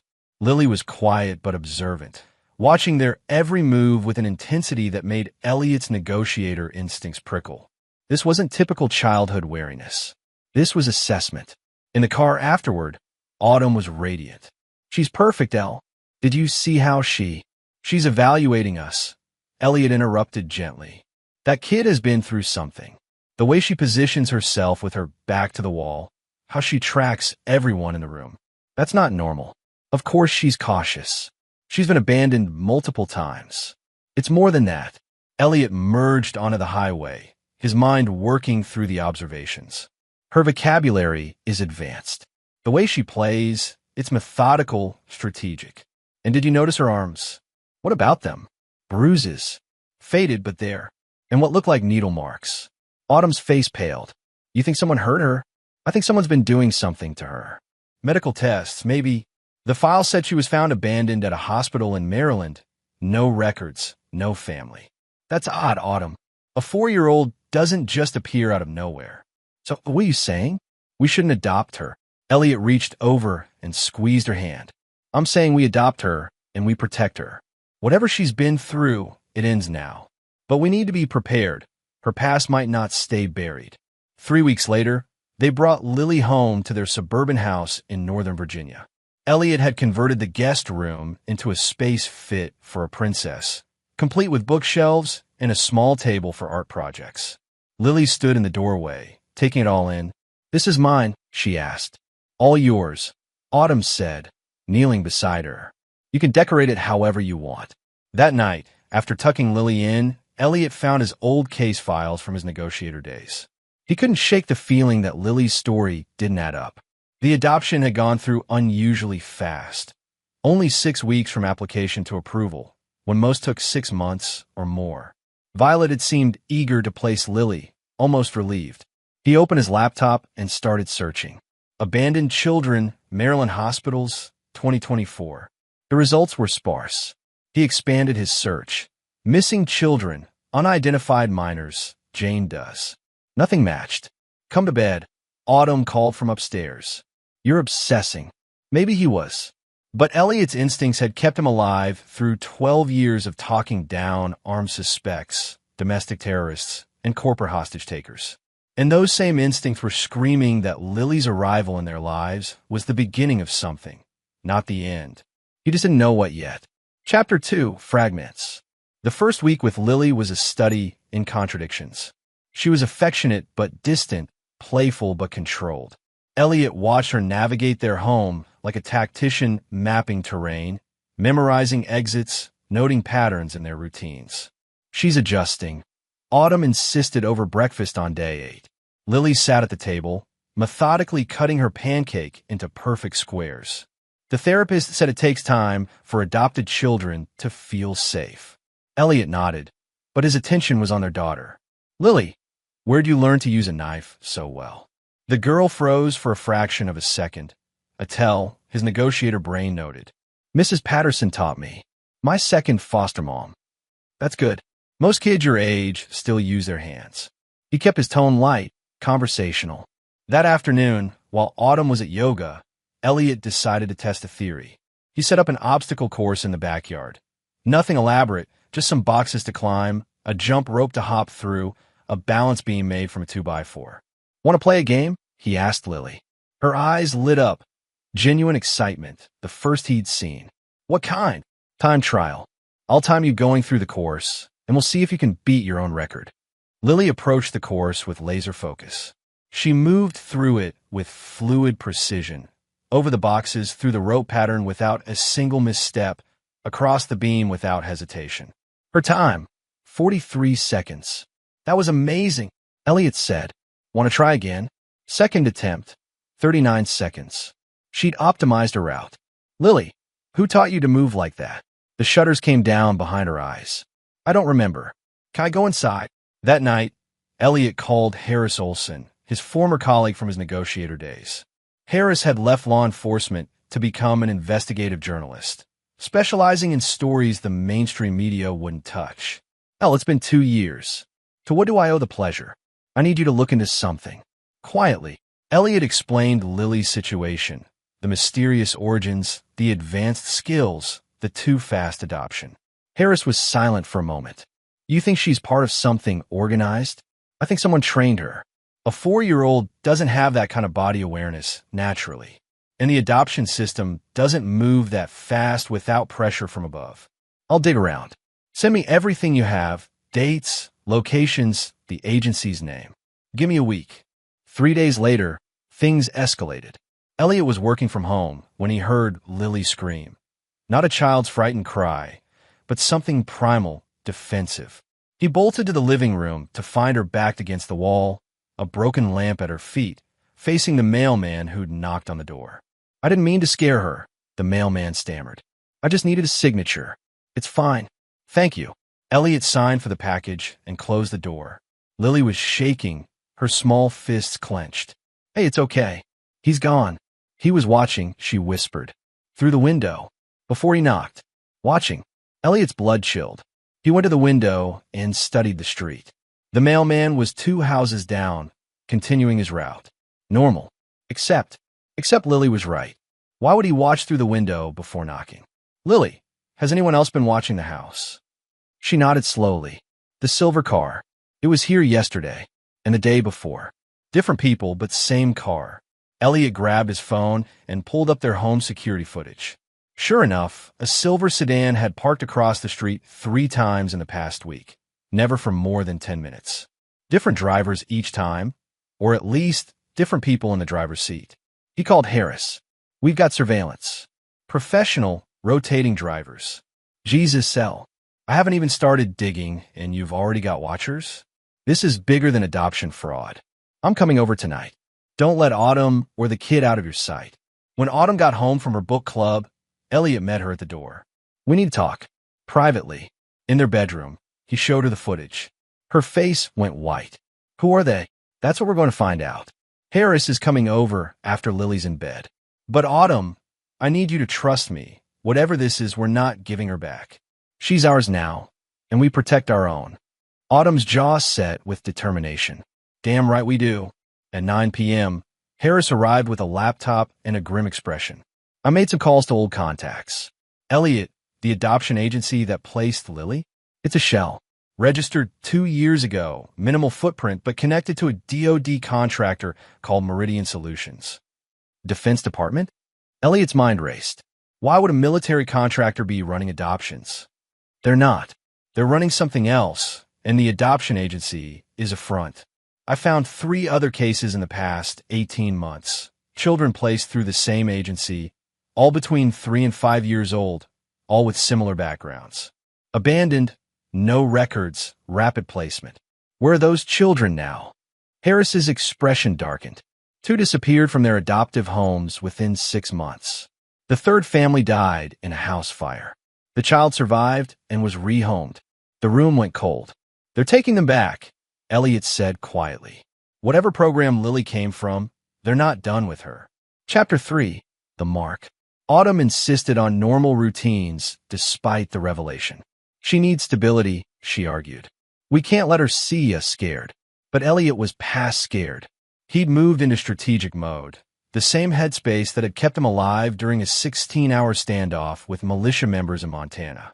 He installed additional cameras, reinforced the locks, and started varying their schedules. On day 12, Lily had her first real nightmare. Elliot woke to screaming at 2 a.m. He reached Lily's room seconds before Autumn, finding their daughter thrashing in bed, her eyes open but unseeing. "The blue room," she gasped. "I don't want to go back to the blue room." "Lily, wake up. You're safe. You're home." Elliot gently shook her shoulders. Her eyes focused, filling with tears. I'm sorry. I'll be good. You are good. You didn't do anything wrong." Autumn climbed into bed beside her, holding her close. "Was it just a dream? I can't remember. But the blue room is bad. The blue room hurts." Elliot and Autumn exchanged looks over Lily's head. Whatever she'd been through, it was clawing its way to the surface. The breakthrough came 2 days later during bath time. Autumn was helping Lily wash her hair when she noticed something she'd missed before. A small mark behind Lily's left ear, barely visible through the wet hair. At first, she thought it was a birthmark. Then she looked closer. "Get in here. Now." Elliot dropped the laundry basket and sprinted to the bathroom. What's wrong?" Autumn's hand trembled as she pointed to Lily's ear. We have to call the military. Elliot knelt beside the tub, gently tilting Lily's head.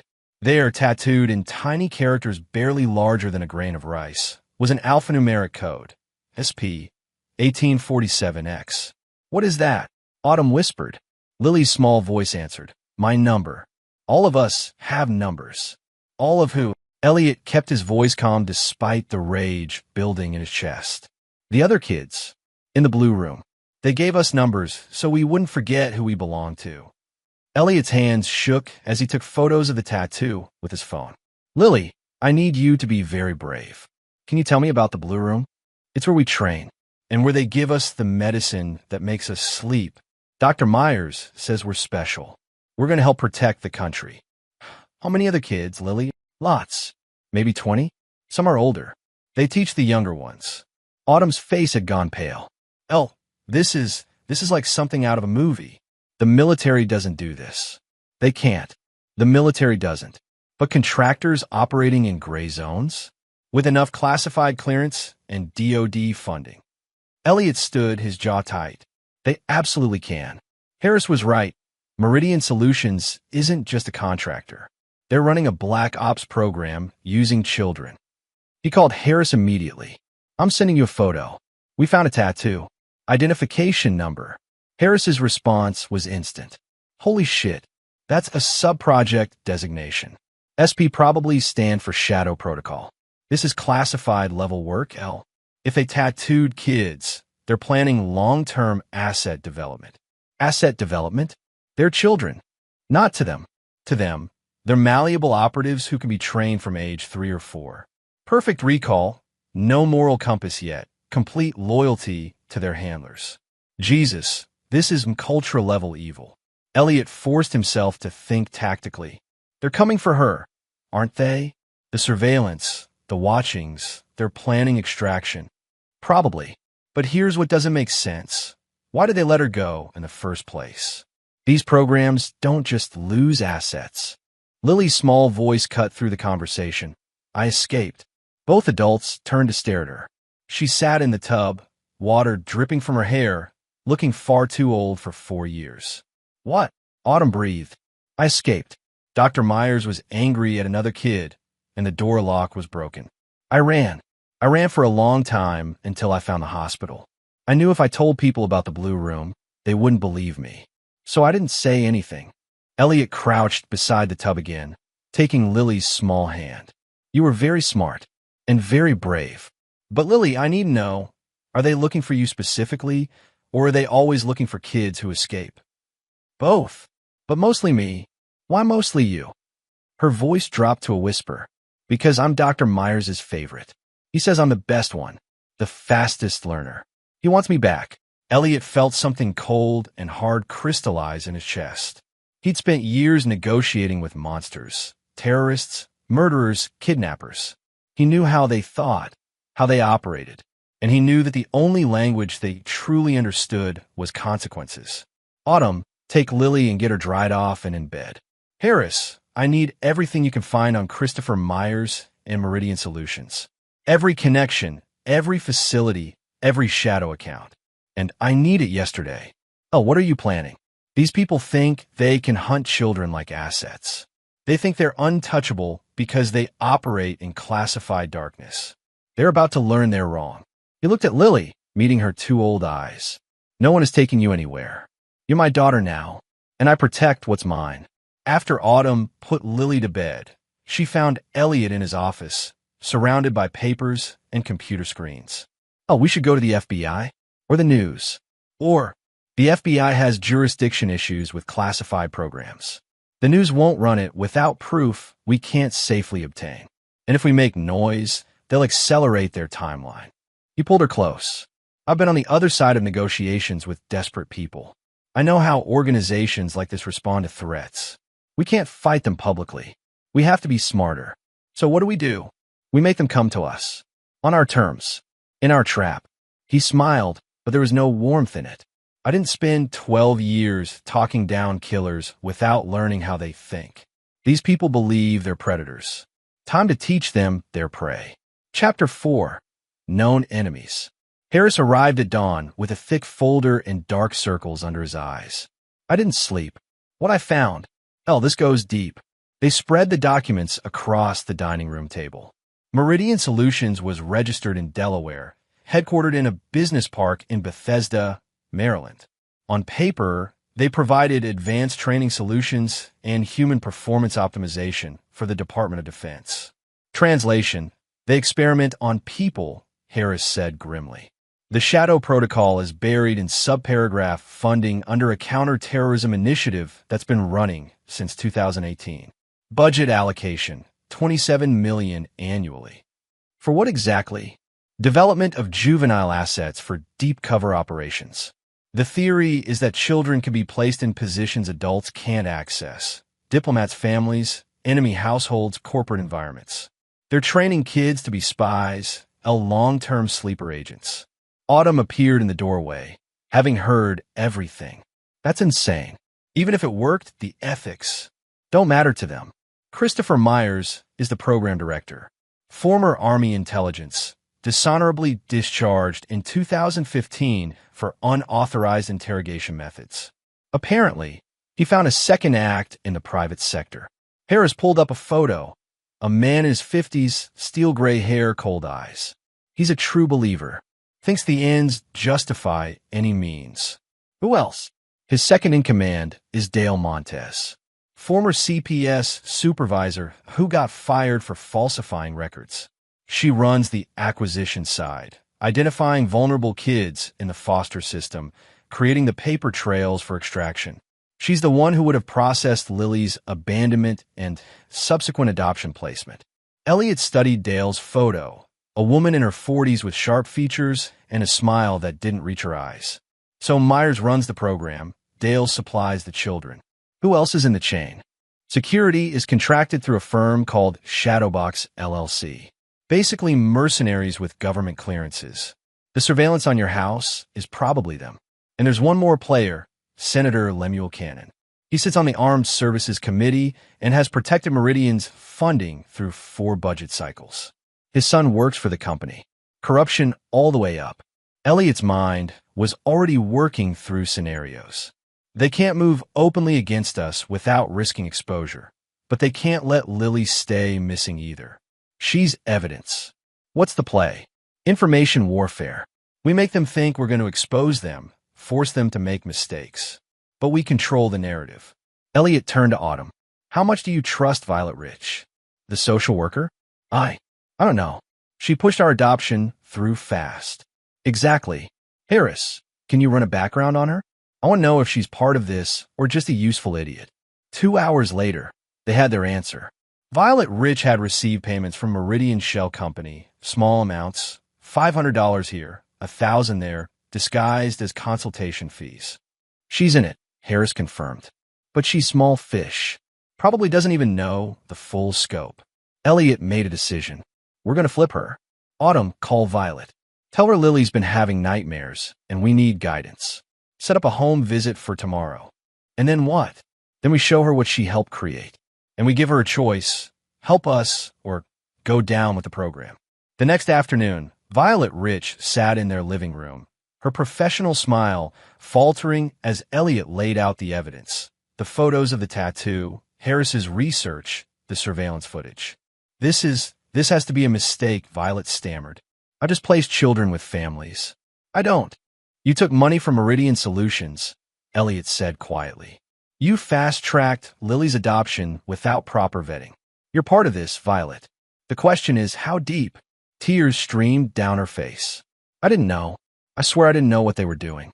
A woman named Dale contacted me 2 years ago, said she worked for a government contractor that needed help placing children from sensitive situations. She paid me to expedite paperwork, said it was national security. I thought I was helping. How many children, Violet? 8. Over 2 years. Lily was the 7th. What happened to the others? Most were reclaimed within months. The families were told the adoptions were invalidated due to paperwork errors. But 2 families refused to give the children back. One died in a fire. The parents were arrested for child endangerment based on anonymous tips. The children went back into the system. Elliot exchanged glances with Harris. Dale Montez set them up. I realized something was wrong after the fire, Violet continued. I tried to stop cooperating, but Dale said if I talked, she'd destroy my career and implicate me in fraud. I'm sorry. I'm so sorry. Autumn's voice was ice. Those families trusted you. I know, and I have to live with that. But please, I can help now. What do you need? Elliot leaned forward. Information. Every communication with Dale, every child placement, every detail you remember. And then you're going to help us set a trap. Chapter 5, Bait. The trap required precision. Elliot spent 3 days choreographing every element, while Harris built a digital trail that would lure their targets into striking. The key is making them think we're vulnerable, Elliot explained to Autumn. They need to believe we've discovered just enough to be dangerous, but not enough to protect ourselves. Harris created a fake email account in Elliot's name and sent a message to a reporter at the Washington Post, someone known for covering military contractor scandals. The email was deliberately vague. I have information about illegal child experimentation by a DoD contractor called Meridian Solutions. How do I safely provide evidence?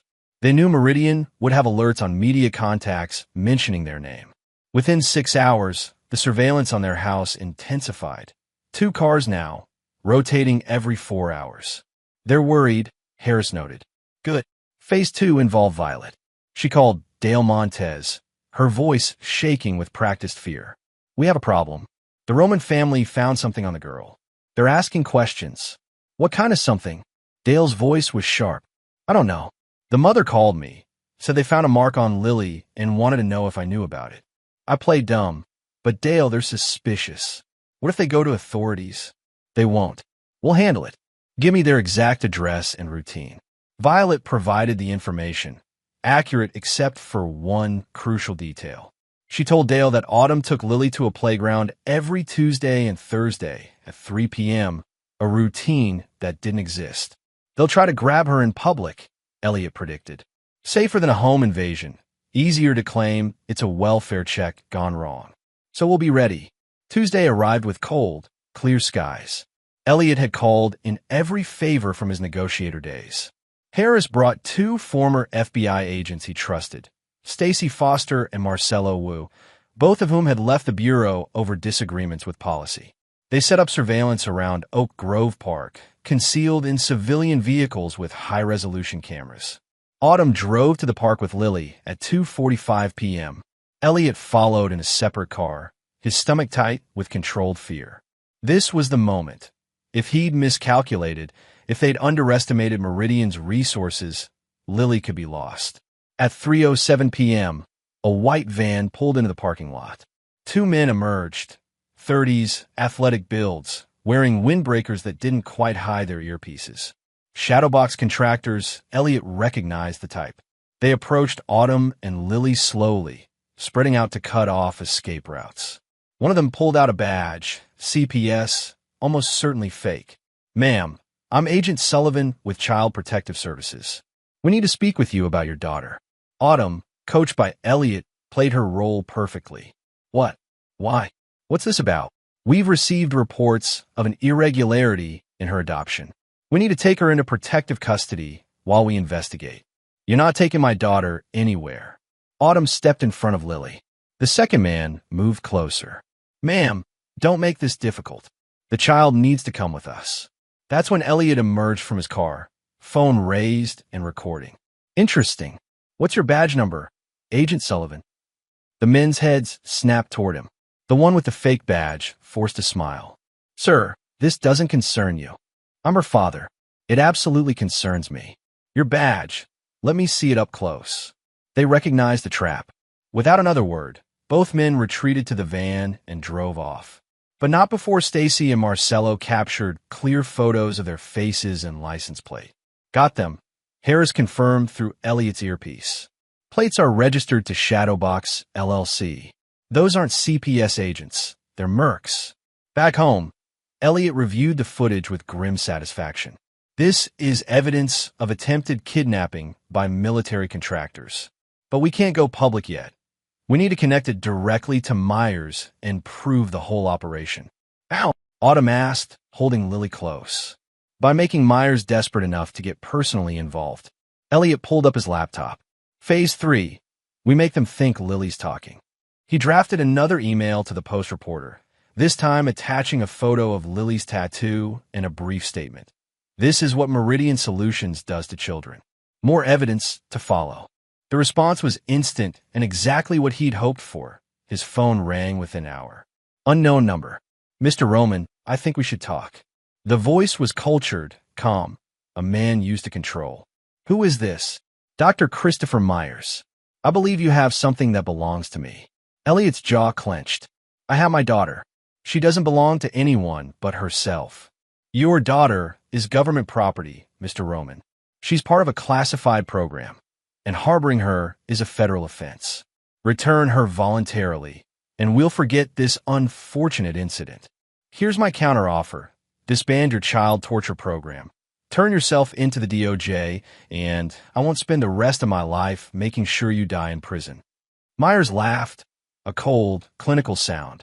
You're former law enforcement. Crisis negotiation specialist. Very good record. You should know better than anyone that threatening me is pointless. I operate with full government sanction. You operate with nothing. I operate with evidence. Photos, documents, witness testimony, and a very sympathetic victim who's willing to talk to every news outlet in the country. If you go public, Mr. Roman, you'll destroy more than my program. You'll compromise national security initiatives that keep this country safe. And you'll paint a target on yourself and your wife that no amount of media attention will protect you from. Then I guess we're at an impasse. Not quite. I'm making one more offer. Meet with me. Face to face. Tomorrow, noon, at the coffee shop on Maple Street. Come alone. Let's discuss this like reasonable men. Elliot pretended to consider. And if I refuse, then my next conversation will be with people far less reasonable than me. Your choice, Mr. Roman. But choose quickly. My patience has limits. The line went dead. Harris immediately objected. It's a trap. He'll have shooters, extraction teams. Of course it's a trap, but it's also an opportunity. If Myers shows up personally, we can record him, get him on camera, making threats. That's evidence we can use. Or he just kills you and takes Lily. Elliot smiled. He could try, but I didn't spend 12 years negotiating with killers without learning how to spot an ambush. We'll wire me, have backup positioned, and turn his trap into ours. Autumn grabbed his arm. Oh, this is insane. These people have already killed, which is why we have to end this. As long as Myers is operating, Lily will never be safe. None of the children in his program will be safe. He cupped her face gently. Trust me, I know what I'm doing. But that night, lying in bed, Elliot wasn't sure he believed his own words. Myers was right about one thing. They were operating from a position of weakness. Evidence meant nothing if you didn't survive to present it. He thought about Lily, sleeping down the hall, dreaming of blue rooms and needle marks. He thought about the other children still trapped in Myers' program. And he thought about the 12 years he'd spent talking desperate people out of violent acts. Tomorrow, he'd do the opposite. Tomorrow, he'd talk a monster into making a fatal mistake. Chapter 6. The Devil's Details. The coffee shop on Maple Street was a small, local place. Brick walls, exposed beams, the smell of roasted beans. Elliot arrived 15 minutes early, his shirt concealing a wire connected to a recorder Harris had sewn into his jacket lining. Outside, Stacy and Marcello sat in separate cars with parabolic microphones and cameras. Christopher Myers arrived exactly at noon, flanked by 2 shadowbox contractors, including one of the men from the park. Myers looked exactly like his photo. Steel gray hair, expensive suit, eyes that calculated worth and threat in equal measure. Mr. Roman. Punctual. I appreciate that. Myers sat across from him, dismissing his guards to a nearby table. No recorder, I trust. Would it matter if I said no? Not particularly. Everything I'm about to tell you is classified above top secret. Recording it is a federal offense. But I suspect you already knew that. Myers ordered a black coffee from the waitress. Let's be frank. You're in over your head. Funny, I was thinking the same about you. I run a program with full DoD authorization and Senate oversight. You're harboring stolen government property. We're not equally positioned here. Elliot leaned back. Stolen property. That's what you call a 4-year-old girl. That's what she is legally. The Shadow Protocol operates under national security directives that supersede standard ethical oversight. The children in the program are being prepared for roles that could save thousands of American lives. Their temporary discomfort is regrettable but necessary. Temporary? You tattooed them like cattle. Identification protocols. Standard operating procedure for assets with classified status. Myers' voice remained calm, clinical. Mr. Roman, I'm not here to debate ethics with you. I'm here to offer you a way out.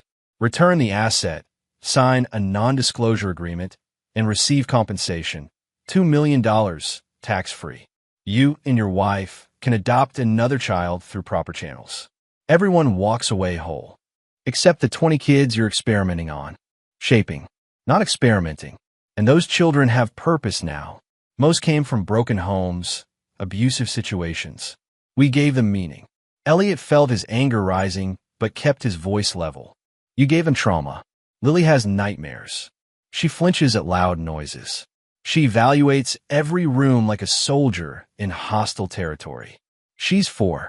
She's exceptional. The youngest to ever complete level 3 protocols. Her retention rate is 97%. Her adaptive response is off the charts. With proper conditioning, she could be ready for field deployment by age 9. Myers leaned forward. I'm offering you a fortune to walk away. Don't be foolish enough to refuse. What happens if I do refuse? Myers' expression didn't change. Then I activate alternative protocols. Your wife has a DUI from college. Dismissed but on record. Easy to suggest substance abuse issues. You have a classified file from your negotiator days. An operation in Syria that went sideways. Details could be leaked suggesting incompetence, instability. Within a week, CPS would have legitimate cause to investigate. Within 2 weeks, Lily would be removed from your home for her own safety. And you'd have no legal recourse because everything would look procedurally perfect. You'd frame us. I'd correct an irregularity. But it doesn't have to come to that. Take the money. Move on with your lives. Let me do my job protecting this country. Elliot studied Myers carefully, the complete lack of remorse, the absolute certainty in his righteousness. This wasn't a man who could be reasoned with. He was a true believer, convinced his cause justified any atrocity. I have a counteroffer, Elliot said quietly. You shut down the Shadow Protocol. You release every child in the program to legitimate social services. You turn yourself into the Inspector General. And I don't spend the rest of my life destroying everything you've built. Myers actually smiled. You think you can threaten me? With what? The tattoo photo? Inadmissible. Could be doctored. The testimony of a 4-year-old? Unreliable. Anything Violet Rich says? The word of a woman I can prove took bribes and falsified adoption records. You have nothing that can touch me, Mr. Roman. I have witnesses to your attempted kidnapping yesterday. You have photos of private security contractors who were attempting to serve legal documents. Hardly kidnapping. And even if it was, they're contractors. Liability falls on Shadowbox, not Meridian, and certainly not me personally. Myers stood, adjusting his cufflinks. This is your last chance. I'm a patient man, but my superiors are not. Say yes to the money, or say goodbye to your normal life. I choose option 3. I say goodbye to you. Myers' smile faded. Then you've made a fatal mistake. Goodbye, Mr. Roman. I'll see you in court, or perhaps somewhere less pleasant. He left with his guards, leaving Elliot alone with cold coffee and racing thoughts. Outside, Harris appeared at Elliot's car window. Tell me you got something useful. I got a confession of intent to commit fraud and frame us for child abuse, plus confirmation that he sees children as property. Elliot replayed the recording. But he's right about one thing. None of this is enough for prosecution. He's too insulated, too protected. So what's the play? Elliot thought about the conversation, about Myers' confidence, his absolute certainty that he was untouchable. That kind of arrogance came from experience, from never facing real consequences. We make him face consequences. Not legal ones. He's too connected for that. Personal ones. We dismantle everything he values until he has nothing left but the choice to surrender or self-destruct. That's not negotiation, Al. That's war. He started it when he tattooed my daughter. Elliot's voice was cold, certain. I'm just finishing it. Chapter 7. The network burns. War required intelligence, and intelligence required inside access. Elliot spent the next 48 hours building a network of information sources. Former Meridian employees, disgruntled contractors, anyone with grievances against Myers or knowledge of the Shadow Protocol. Harris connected him with Shalia McKay, a former Meridian psychologist who'd left the company 6 months ago. They met in a parking garage, her paranoia evident in the way she checked for surveillance before approaching Elliot's car. I know what you're trying to do, Shalia said without preamble. And it's suicide. Myers has protected this program for 7 years. People who threaten to disappear, not violently, just quietly. Careers destroyed, reputations ruined. Then help me make sure that doesn't happen. Tell me about the program's vulnerabilities. The program has no vulnerabilities. It's funded through black budget allocations that no one audits. It operates in a facility that doesn't officially exist. The kids are documented as classified assets, which means standard child protection laws don't apply. There has to be something. Every operation has pressure points. Shalia was quiet for a moment. There's one thing. The program's continued funding depends on quarterly progress reports to Senator Cannon. If those reports show the program isn't meeting its objectives, the funding gets reviewed. But Myers cooks the books, inflates success rates, hides failures. What kind of failures? Kids who can't handle the conditioning. They call it washout rate. About 30% of children in the program develop severe psychological trauma, PTSD, dissociative disorders, complete breakdowns. Myers buries those cases by transferring the kids to psychiatric facilities under false diagnoses. But records exist. Buried deep, but they exist. Where? Meridian Secure Server, encrypted and firewalled. You need someone with system access to extract them. Elliot's mind raced. How hard would it be to get that access? Impossible. Unless... Shalia pulled out her phone, scrolling through contacts. Sang Moss, former IT admin at Meridian, fired 3 months ago for refusing to delete security footage of a child being physically restrained. He's angry, he's skilled, and he kept his system credentials. 2 days later, Elliot sat in a basement apartment in Arlington with Sang Moss. Mid-20s, brilliant and bitter. The walls were covered with monitors displaying code and news feeds about Meridian.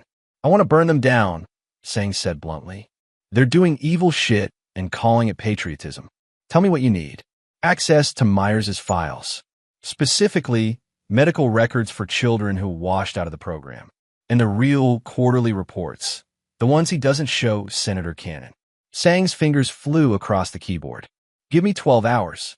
I'll need to route through proxy servers to avoid detection, but I can get you in. True to his word, by the next morning, Elliot had access to a treasure trove of damning evidence. Medical records showing children as young as 3 undergoing experimental drug trials, psychological evaluations documenting severe trauma, and, most damning, internal emails where Myers discussed acceptable loss rates and necessary casualties in asset development. This is it, Harris breathed, scanning through the files. This proves systematic abuse. Even with classified protections, this crosses lines. If we get this to the right people. We will, Elliot interrupted. But not yet. First, we use it to pressure Myers' support network, starting with Senator Cannon. Research revealed that Senator Lemuel Cannon's son, Alfonso Cannon, worked as a senior analyst at Meridian, a clear conflict of interest that neither man had disclosed. Elliot drafted a comprehensive dossier linking the senator's votes on defense appropriations to his son's employment, complete with email evidence of coordination. He sent it to 3 people, a watchdog group focused on congressional ethics, a reporter at ProPublica, and Senator Cannon himself, with a simple note: public disclosure in 72 hours unless the Shadow Protocol is defunded immediately. The senator's response came within 4 hours. A phone call from an unlisted number. Mr. Roman, I don't respond well to blackmail. Then don't think of it as blackmail. Think of it as consequences. You've been protecting a child abuse operation for 7 years. Time to stop. You're meddling in national security matters you don't understand. I understand you're covering for your son's paychecks. I understand children are being tortured. And I understand that if this goes public, your career ends and Alfonso probably faces criminal charges for conspiracy. Your choice, Senator. Silence. Then what do you want? An amendment to the next offense spending bill, eliminating funding for advanced juvenile asset development programs. And your resignation from the Armed Services Committee. Both happen within 2 weeks, or every news outlet in the country gets this file. You're asking me to commit political suicide. I'm giving you the chance to do the right thing. Take it or don't. But either way, the program ends. The call disconnected. That night, Elliot received an unexpected visitor, Dale Montez, showing up at his door without the usual surveillance team. You're going to get yourself killed, she said without preamble when Elliot opened the door. Myers is planning something. He's talking to Shadowbox about permanent solutions. Why are you telling me this? Dale's professional mask cracked. Because I have limits. I thought we were doing something necessary. Ugly, but necessary. Then I read what you sent, Cannon. Those medical records, the psychological evaluations. I didn't know it was that bad. Myers kept that from me. You trafficked children. Don't pretend you're innocent. I'm not, but I can help you finish this. Give you information, testify if needed. I want out, and I want Myers to pay. Elliot studied her carefully. The body language of someone genuinely terrified, genuinely remorseful, or genuinely skilled at manipulation. If you're serious, prove it. Where's the Shadow Protocol facility? Dale pulled out a folded map. Abandoned military installation in West Virginia, 20 miles outside Charleston. Off the books, owned through a shell company. There are 17 children there right now, plus staff. Myers visits every Monday. Security? Shadowbox contractors. Rotating shift of 6. Perimeter sensors, cameras, but it's designed to keep kids in, not intruders out. They never expected anyone to look for it. Elliot took the map. If this is a setup, it's not. I'm done being complicit in evil. But move fast. Once Myers realizes I've flipped, he'll relocate everything. After she left, Harris voiced the obvious concern. Could be a trap. Could be. But if it's real, we have 72 hours to shut down the program and rescue 17 kids before Myers goes underground. Elliot spread the map on the table. We need a team. People we trust, willing to operate in legal gray areas. I can bring Stacy and Marcelo. Maybe Gilberto Lopez, former Delta, works private security now. Hates contractors who abuse power. Get them. We move in 48 hours. Myers has had control long enough. Chapter 8. Extraction. The abandoned Fort Harrison military installation sat in a valley surrounded by dense forest, exactly where Dale's map indicated. Elliot watched it through binoculars from a ridge a mile away, counting guards, noting patrol patterns. 6 hostiles, rotating every 4 hours. Gilberto Lopez confirmed, his Delta force training evident in his tactical assessment. Predictable routes, overconfident. They're not expecting trouble. Stacy Foster studied the facility's power grid. Single generator backup. Cut the main power, they'll switch to emergency lighting. Gives us maybe 30 seconds of confusion. Enough time to breach the front entrance, Marcelo Wu added. But we need to account for the kids, 17 potential panicked children in a hostile environment. That's where I come in, Autumn said, appearing beside Elliot. He tried to convince her to stay home, but she'd been adamant. Those kids need a woman's face, someone who doesn't look like a soldier. I'm coming. Elliot wanted to argue, but he knew she was right. You stay with Harris in the second vehicle. Once we secure the facility, you help calm the children and coordinate extraction. The operation began at 2 a.m., the darkest part of the night. Elliot, Gilberto, Stacy, and Marcelo approached from 4 different angles, dressed in black tactical gear borrowed from Gilberto's security company. At exactly 2:15 a.m., sang Moss, operating remotely from Arlington, killed the facility's power. The lights went dark, and Elliot moved. He breached through the east entrance while Gilberto took the west, and Stacy secured the vehicle bay. Marcelo held the perimeter. The interior was exactly as Dale had described. Institutional hallways painted the infamous blue, doors with electronic locks that had defaulted open when the power died. The first guard appeared in the hallway, flashlight sweeping. Elliot moved fast, muscle memory from 100 training scenarios taking over. A quick disarm, a chokehold until the man went limp. Cable ties around wrists and ankles, duct tape over the mouth. Non-lethal but effective. He found the children in the north wing, 3 dormitory rooms, 6 kids, each in small beds. They woke to the chaos with eerie calm, the kind that comes from trauma conditioning. "Who are you?" a boy of about 7 asked. "My name's Elliot. I'm here to take you somewhere safe. All of you." Dr. Myers said people would try to trick us, said we shouldn't trust strangers. Dr. Myers lied to you about a lot of things. But you don't have to trust me yet. Just follow me for now and decide later whether I'm telling the truth. Autumn appeared with Harris, and her presence changed everything. She knelt among the children, speaking softly, showing photos of Lily playing in their backyard, smiling. "This is Lily. She used to be here, but now she's my daughter. She's safe, happy, and loved. I want the same for all of you."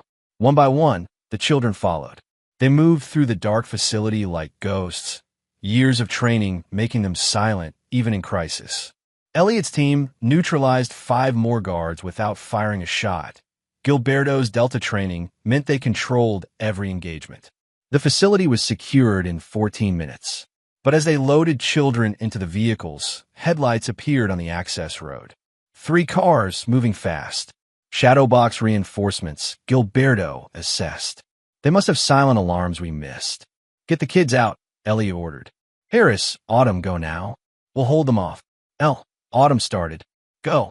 They need you more than I do." The vehicles carrying the children and Autumn sped off into the night, while Elliot, Gilberto, Stacy, and Marcelo took defensive positions. The approaching cars stopped 300 yards out, disgorging armed contractors. Then Christopher Myers' voice echoed through a megaphone.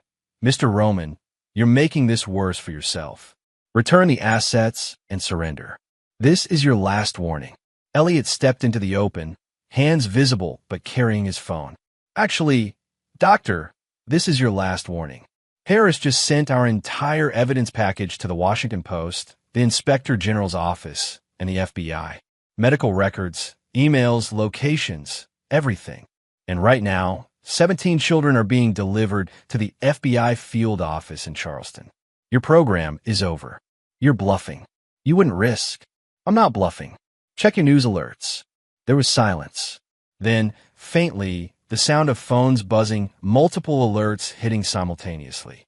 The Washington Post had just published a breaking story. DoD contractor accused of operating child experimentation program. Myers' voice when it came back was different, strained, desperate. "You don't understand what you've done. The program was necessary. These children were going to save lives. These children were going to be your victims. That stops now. You've made an enemy of powerful people, Mr. Roman. This isn't over." "You're right. It's not over until you're in prison." Elliot raised his phone higher. "I'm streaming this conversation live. Thousands of people are watching. So go ahead, Doctor. Tell them why torturing 4-year-olds is patriotic. Convince them." The line went dead. The Shadowbox vehicles retreated. Elliot's team held position for another 20 minutes before following. When they reached the FBI field office in Charleston, they found it surrounded by news crews, federal agents, and, most importantly, child welfare specialists ready to care for 17 traumatized children. Autumn ran to Elliot, tears streaming. "They're safe. All of them. And Lily." Lily asked if her friends could come stay with us until they find families. Elliot held her tight, feeling the tension of the past weeks finally breaking. "We'll figure something out. We'll help every single one of them." But even in victory, he knew the fight wasn't finished. Myers was still free, and powerful men didn't go quietly. Chapter 9. Judgment. The fallout was swift and brutal. for Myers and his network. Senator Lemuel Cannon resigned within 48 hours, citing health reasons before the ethics investigation could formally begin. His son Alfonso was arrested on charges of conspiracy to commit fraud and child endangerment. Dale Montez negotiated immunity in exchange for testimony, providing a roadmap of every shell company, every falsified document, every child who'd passed through the Shadow Protocol since its inception. Her cooperation led to 18 additional arrests. Shadowbox LLC dissolved overnight, its leadership vanishing into legal proceedings that would last years. But Christopher Myers remained elusive. The DoD formally denied knowledge of the Shadow Protocol, claiming it was an unauthorized contractor operation. Myers disappeared before federal agents could arrest him, his whereabouts unknown, until Elliot made them known. 3 weeks after the facility raid, Elliot received a burner phone in the mail. No note, just a phone with one number programmed in. He called it Mr. Roman. Myers' voice was tired, defeated. I underestimated you. Where are you? Somewhere you'll never find me. I have resources, connections. I can disappear completely. Then why call? Because I want you to understand.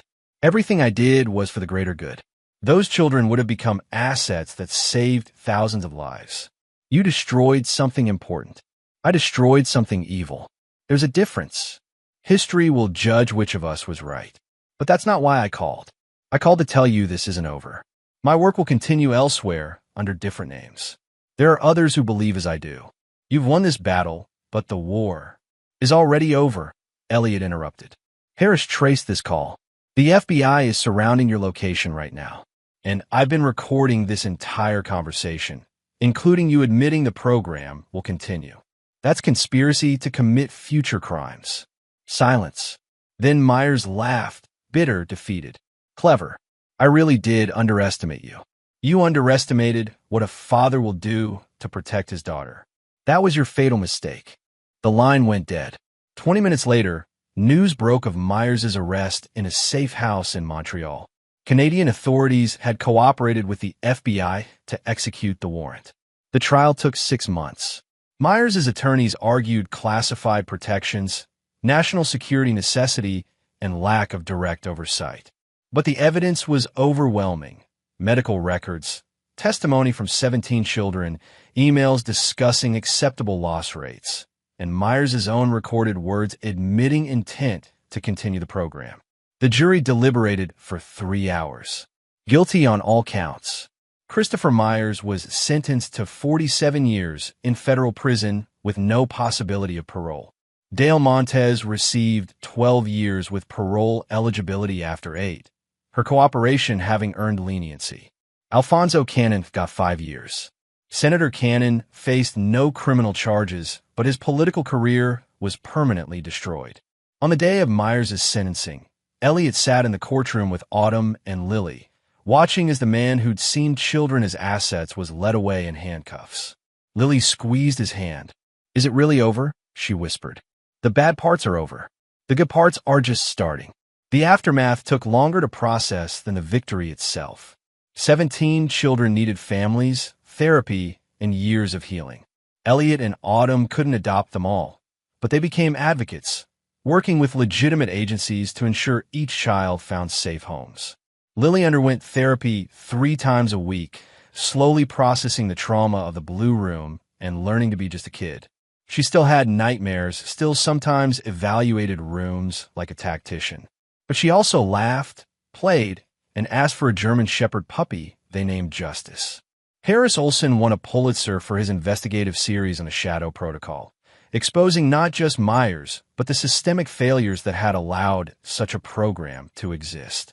His work prompted congressional hearings and reforms in how classified programs were overseen. Violet Rich lost her social work license, but avoided prison, her cooperation and genuine remorse earning probation. She volunteered with foster care advocacy groups, trying to atone. Shalia McKay testified before Congress about the psychological damage inflicted on the children. Her expert testimony helping pass new laws protecting minors in any government-adjacent programs. Sang Moss became a cybersecurity consultant, specializing in exposing illegal operations hidden behind encrypted servers. His work led to the exposure of 3 additional programs similar to Shadow Protocol in different agencies. But for Elliot, the real victory was smaller, more personal. 6 months after Myers' sentencing, he sat in his backyard watching Lily play with justice. She was laughing, genuinely happy, looking every bit the normal 5-year-old she deserved to be. Autumn sat beside him, their hands intertwined. "Do you ever regret it?" she asked. "Everything we went through, the danger?" "Not for a second. We saved her. We saved 17 kids. And we stopped a monster. That's more meaningful than anything else I've ever done." The nightmares are getting less frequent. Her therapist says she's making real progress. She's strong. Stronger than Myers ever gave her credit for. He saw her as an asset to be used. We see her as a person to be loved. That's why we won. Lily ran over, Justice bounding beside her. "Dad, can we go to the park? I want to practice the monkey bars." "Sure thing, kiddo. Go get your shoes." As she ran inside, Autumn leaned against Elliot's shoulder. "You know she calls you Dad now." "Not Elliot. Dad. I noticed. I think that's when you really became her father. Not when we adopted her, but when you fought for her. When you showed her that someone would actually protect her no matter what." Elliot thought about Myers in his prison cell, about the facility in West Virginia now being demolished, about 17 children scattered across the country learning to be children again. He thought about the negotiations he'd conducted in his old life, talking people down from ledges and out of hostage situations. But this, saving Lily, destroying the Shadow Protocol, ensuring no other child would suffer what she'd suffered, this was the most important negotiation of his life. And he'd won it not with words, but with determination,